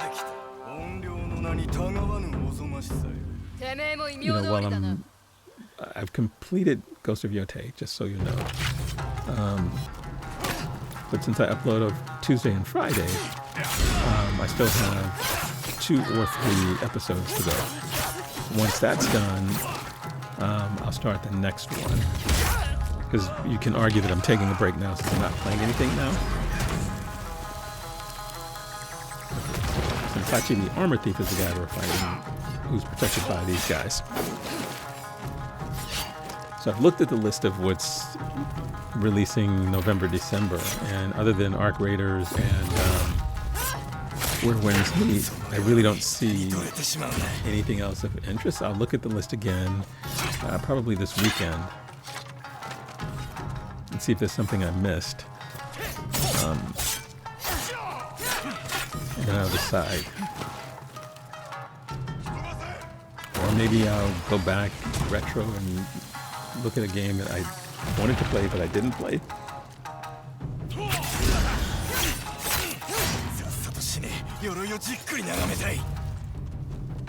There aren't many like that though. If I see a game I want to play, I'm typically going to play it.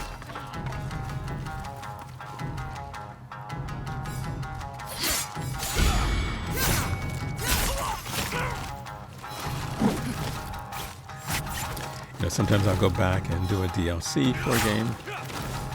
If it's a decent DLC. I mean, Elden Ring's Shadow of the Erdtree was probably the biggest DLC I ever played. It was like playing another game. I know Diablo 4 has, because it's a season pass thing, it's a never-ending sort of game. But the new parts that they add to it aren't enough for me to say I'm going to record, 5 or 10 parts. So I don't do that. There's a Dying Light DLC. I think it's a DLC. I don't think it's a whole game. I think it's a DLC. I have to check that to make sure. If it's a DLC, I'm not going to play it. Or I'll play it on my own because I love the game. If it's a full game, I'll play it. So anyway, that's enough of me yammering on. It's probably the most talking I've done in a while on something that wasn't actually something you guys are looking at. So I'll stop at this point and get back to beating the crap out of Senpachi.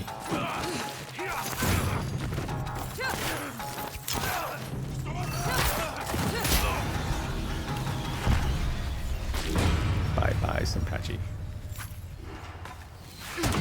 吊るされねえだけ感謝しな。首は銭に変えさせてもらう。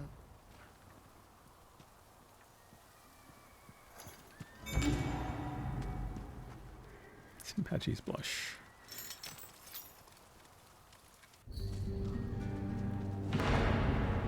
Kasuga Village is done. Let's go get our technique point. I think there's a technique point here. Unless I have them all. Do I have them all? No, there you go. Let's see. What more is there for me? All right, there's survival. There are 2. Everything else is done. So it's just the 2 survival ones. So actually, that's not true. There's a survivor, there are the attacks, the horse. Alright, so there are few. There are few. Let's do this. Yeah, let's do block projectiles. Eventually I'll get them all. But as you can see, the ones I did first were all of the weapons. Okay, so Eagle Eye Kondo is still... I don't know why it showed up as... Yeah, it's still showing up there. So it's Eagle Eye Kondo. And there's a Toothbreaker.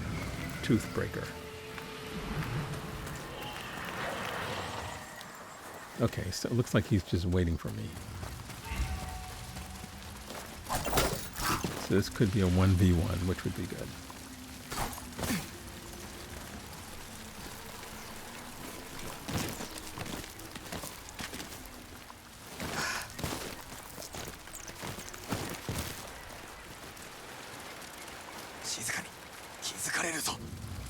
Samurai が何に怯えてる？鳥どもだ。鳥？ No, it's not going to be 鷹の目の 1v1. 近藤。斎藤に仕える石膏だ。 Now I know why his name is Eagle Eye. そうたやすくはないぞ。鷹どもに加え手下まで抱えている。どうにでもなる。近藤は桜の木の下にいる。向こうの小島だ。 Okay. So we see the cherry blossom across the way on that little island. We have... and I'm betting everyone here has a gun.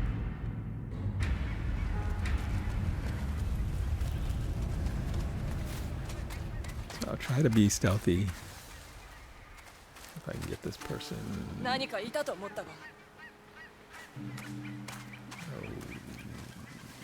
there we go. Popped your juggler. All right. And the thing in this area you have to watch out for are the eagles. You'll see them flying around. Not to be confused with the leaves.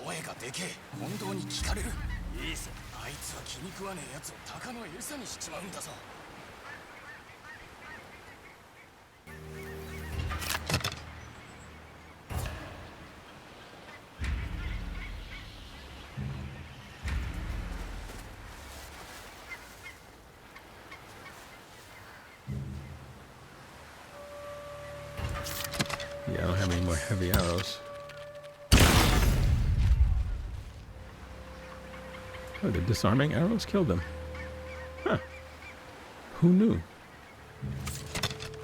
We have ego. Okay.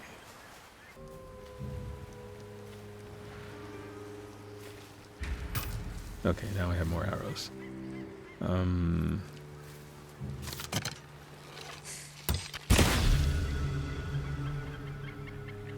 Okay, so the idea is to sort of work our way around, picking up any arrows that we can actually find, since we're going to need them.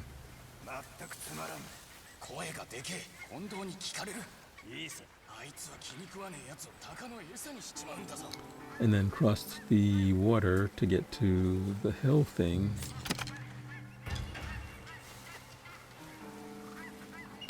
Oh, we got some heavy arrows. Well, we got a heavy arrow. There's another eagle. They usually land, so you can wait for them to land on that pole thing. They're easier to kill that way. Yeah, and you don't need to waste a heavy arrow on the eagles. Just a regular arrow will kill them. Will one-shot them. So the idea is to work our way all the way around, killing everybody on this level, and then going up. Oh, well, going across the water. Okay, a couple of guys over here. And no eagles around. We have cherry blossom trees here. They bloom every April. They're really nice.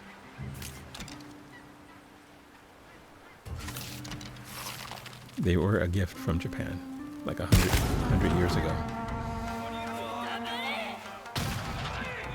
Okay, so I goofed that up. That's why you don't want Eagle Eye to see you, because he's got his people up top. Oh my god. Oh my god. He's got his little phalanx of gunmen up there that will just light me up. So the idea would have been to do this as stealthy as I can, work my way all the way around to get to the little island, and then try to stealth them from that point. Because Eagle Eye isn't the one. Eagle Eye's on the island. He's not these guys running around down here. And they won't come up here. They'll hang out down there. So I don't know whether they actually will ever de-aggro now that they know where I am.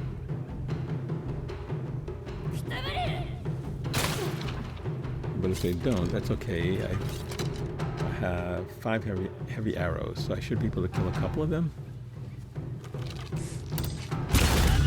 Awesome. Awesome, awesome, awesome.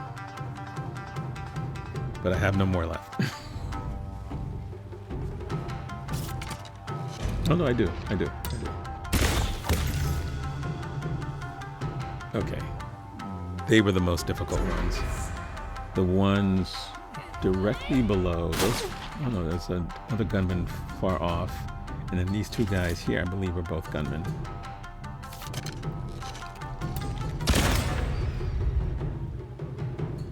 Okay, that was a disarming arrow, but it killed them. I didn't think they could. I had not been using them because I thought when I read the description that disarming arrows were only for knocking weapons out of their hands. I didn't think it would actually kill them. Okay, since they already know I'm here, I may as well use the rifle. I haven't used it at all in this game.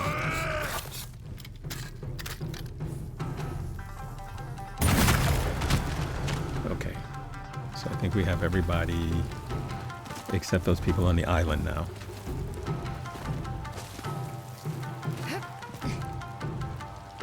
Having the enemy outlined in red is one of the techniques that you unlock in the survival tree.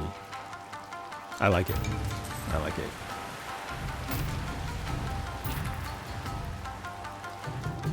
Because you'll be able to see them outlined even through things. It doesn't last forever, but it's helpful. Okay, we have another eagle.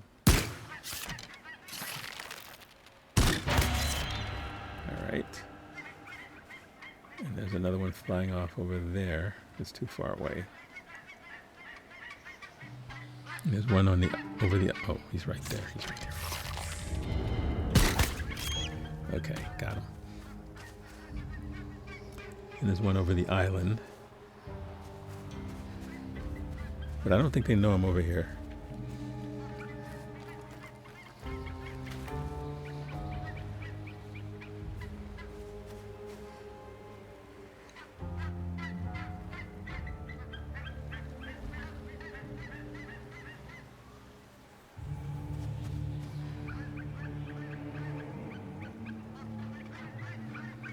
Definitely sounds like there's more than one, but I only see one.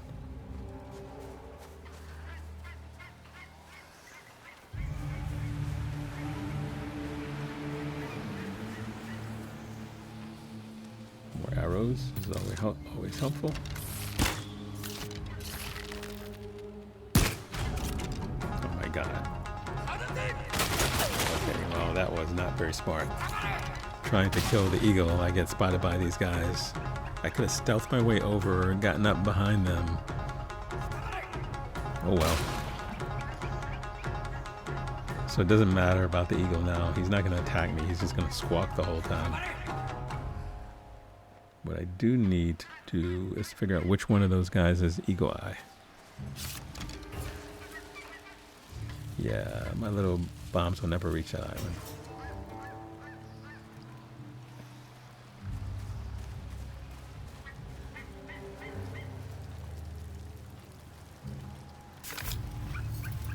Okay, I can do this though. I have 6 bullets.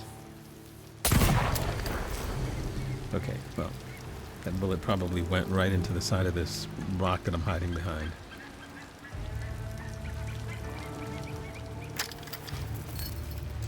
The good news is they're not shooting, which gives me a chance to reload.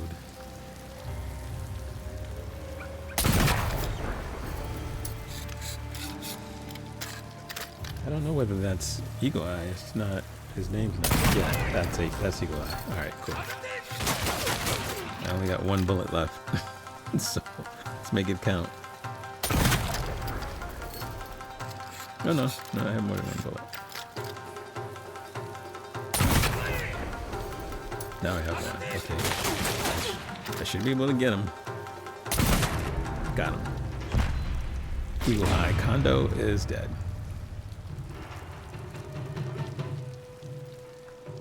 Manakoは2つで十分。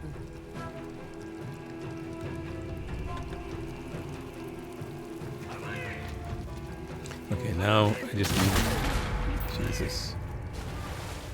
I just need to do a little cleanup over here. I'm taking care of the rest of these guys. I guess I don't really need to do that because I already have the accomplishment. But why would I let these 3 guys live after taking out their boss, taking out everybody else in this camp? Yeah, it doesn't make sense. I wouldn't leave them. When I clear a camp, everybody goes. Everybody. I love a challenge. I don't think there's an achievement for that. Every camp I've done in this game, I think I've killed every single person in the camp. But I don't think there's an achievement for it. Oh, okay, buddy. You're that happy, huh? Alright, no problem. I'm coming for you. As soon as I get to this guy.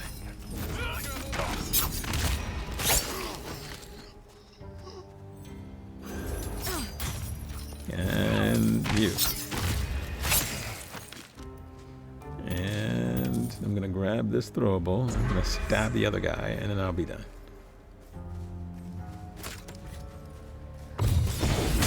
Oh no, there are 2 guys. But done and done. Awesome. So now we're done with this area.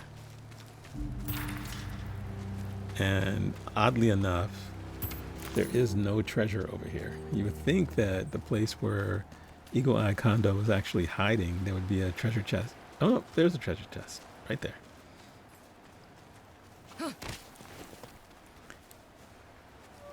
And I totally missed it.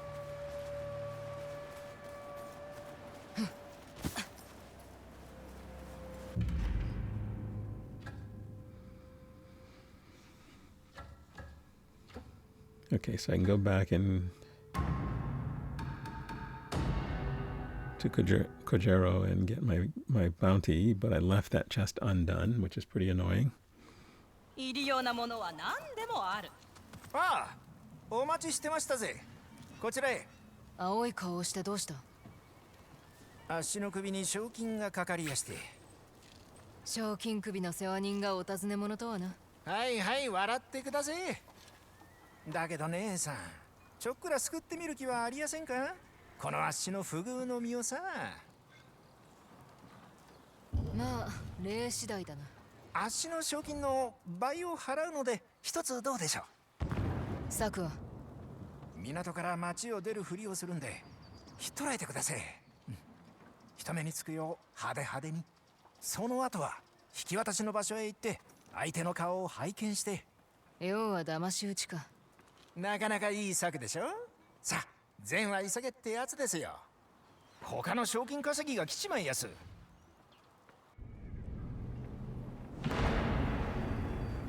A brokered trust. Okay, so Kojiro has gotten himself into trouble. Needs our help. 生き死に問わず、どの首にも褒美が出ますぜ。てめえの首を狙うもんがいねえとは驚きだ。用心をして動き回ってるおかげでさ。Yeah, he has been on the move. 船着き場に移ります。姉さんは足を捕まえたふりを。任せろ。疑われねえようにしてやる。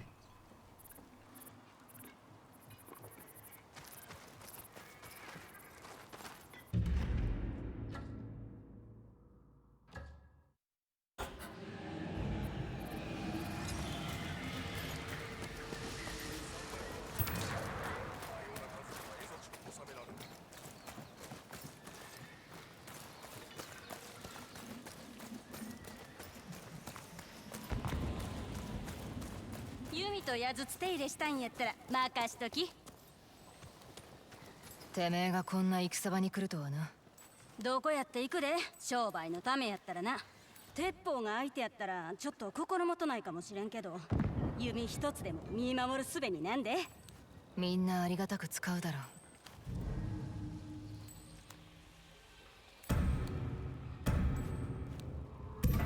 ちょうどやね。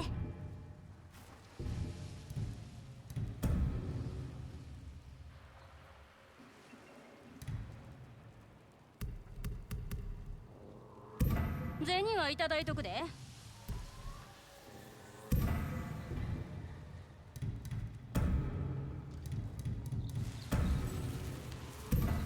他に欲しいもんなんもないか。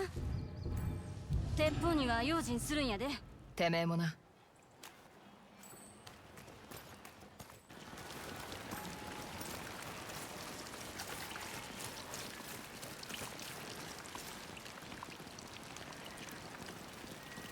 小次郎は来るかね。Nope. Yes, I'll do it now. 姉さん、さて一丁かましやすか。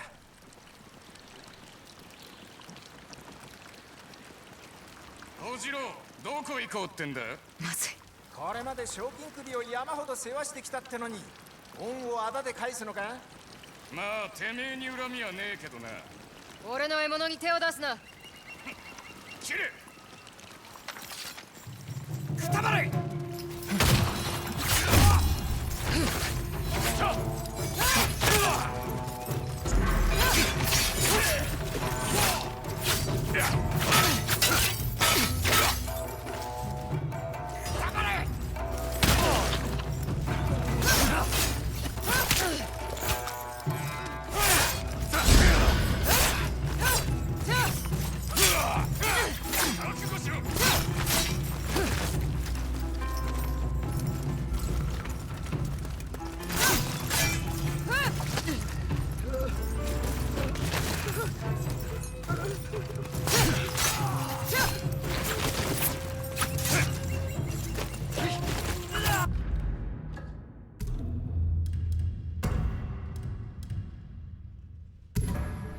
Yeah, I needed to change my armor. It's crazy using the other armor. I love the fact that you can pause and change stuff up. I definitely don't do it enough, but it's good to know that you can. And that's what happens when you don't do it fast enough. But Kiba to the rescue.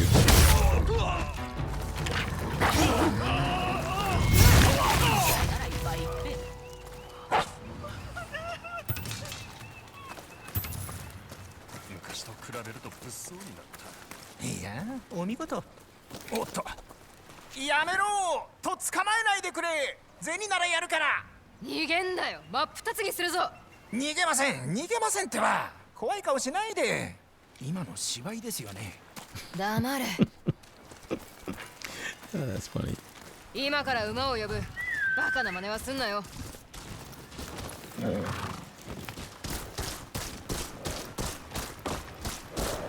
姉さん、芝居がお上手だ。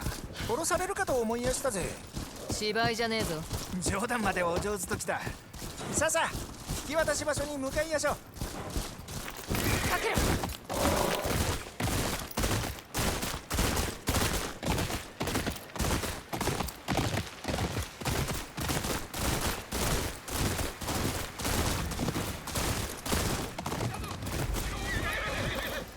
また現れた。安藤、嫁が山に大原仕事を回したじゃねえか。てめえ、その嫁と寝やがったろうが。それは別の話だ。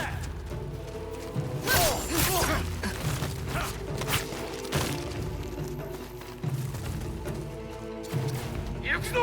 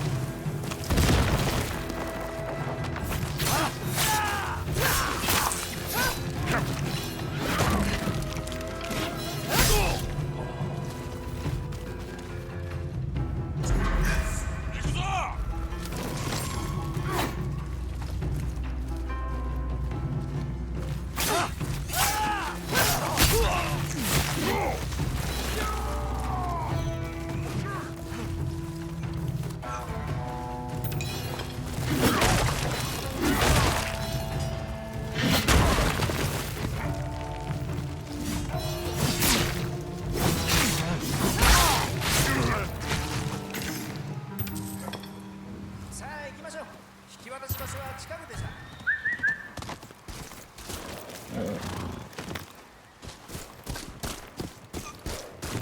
行け。しばくそれ。命を狙われてる割には落ち着いてんな。ここらは誰も彼もが人殺しですからね。後ろから鎖なんて珍しくもね。てめえにも火がありそうだ。先に差し返されても傷は浅い。悲しい生き方だ。死ぬよりマシでさ。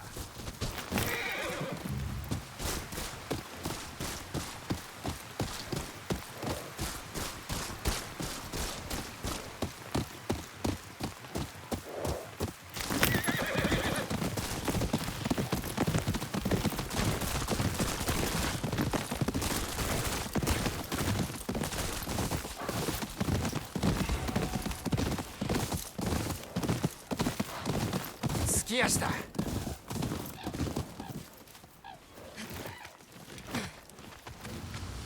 誰もいない。切り合わずに済みやした。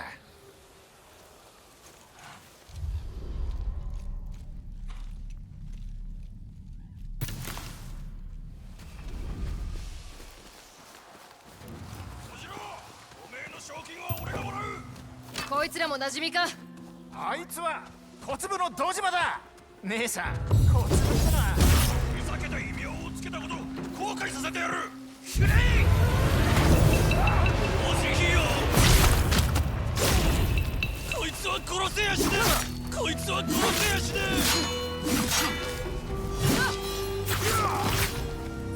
え。じゃあシュレイ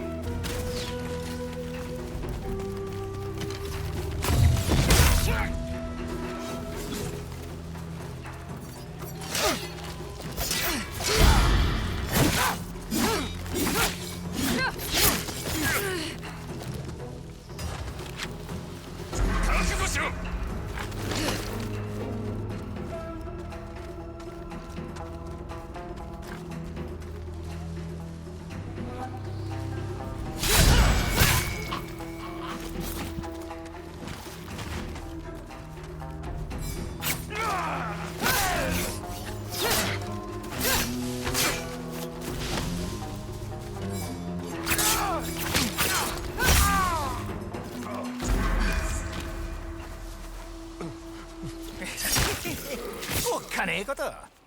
また誰か来やしたぜ。敵ばかり作りやがって。斎藤の犬が一人で散歩だ。賢いじゃねえか。小次郎、塩を送るな。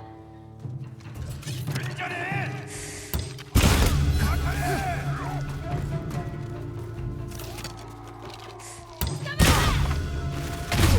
高様に忠義を尽くせ。情け無用だ。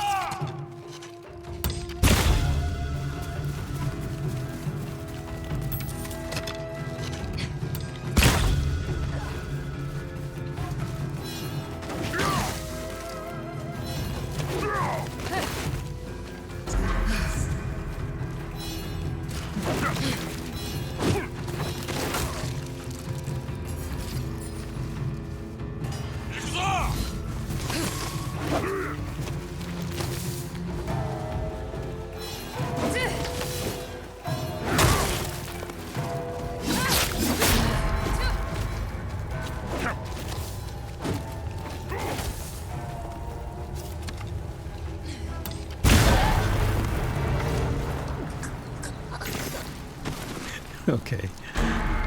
I didn't edit that out. I wanted you guys to see that. That was bad. Alright, let's do it the right way.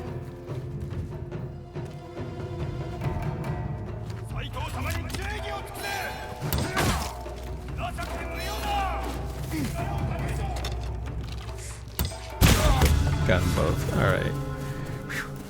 That's how I should have done it the first time. ようやく終わりだ。大勢切りましたね。てめえに賞金をかけた野郎はここにいますぜ。Wow. 小次郎、てめえどういうつもりだ。言いましたでしょ。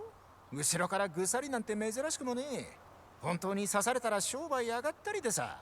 誰が本性を表すのか知りたかったんです。試したってことか。俺のことも。姉さんは合格。見事なお手並みでした。これで今後も心置きなく商売できますぜ。こういうことをすると、いざという時味方がいなくなるぞ。この世に味方はいませんぜ。頼れるのはこの身だけですから。All right. So a broker trust is done, and we are going to wrap up this episode. We're going to take a quick little jaunt over to Matchlock and upgrade one of our gun weapons, and then we're going to end the video there. Cold blood. I actually like that one. Matches the horse.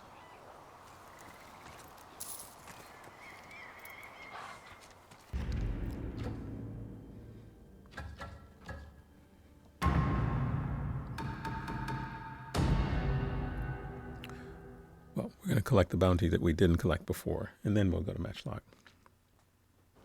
いろんな品を置いてるよ。賞金が手に入るとなりゃ気も晴れるってもんでしょ。手配書きがあれば知らせろ。やっぱり姉さんに頼んでよかった。Oh, okay. Nice. Now let's go to Matchlock.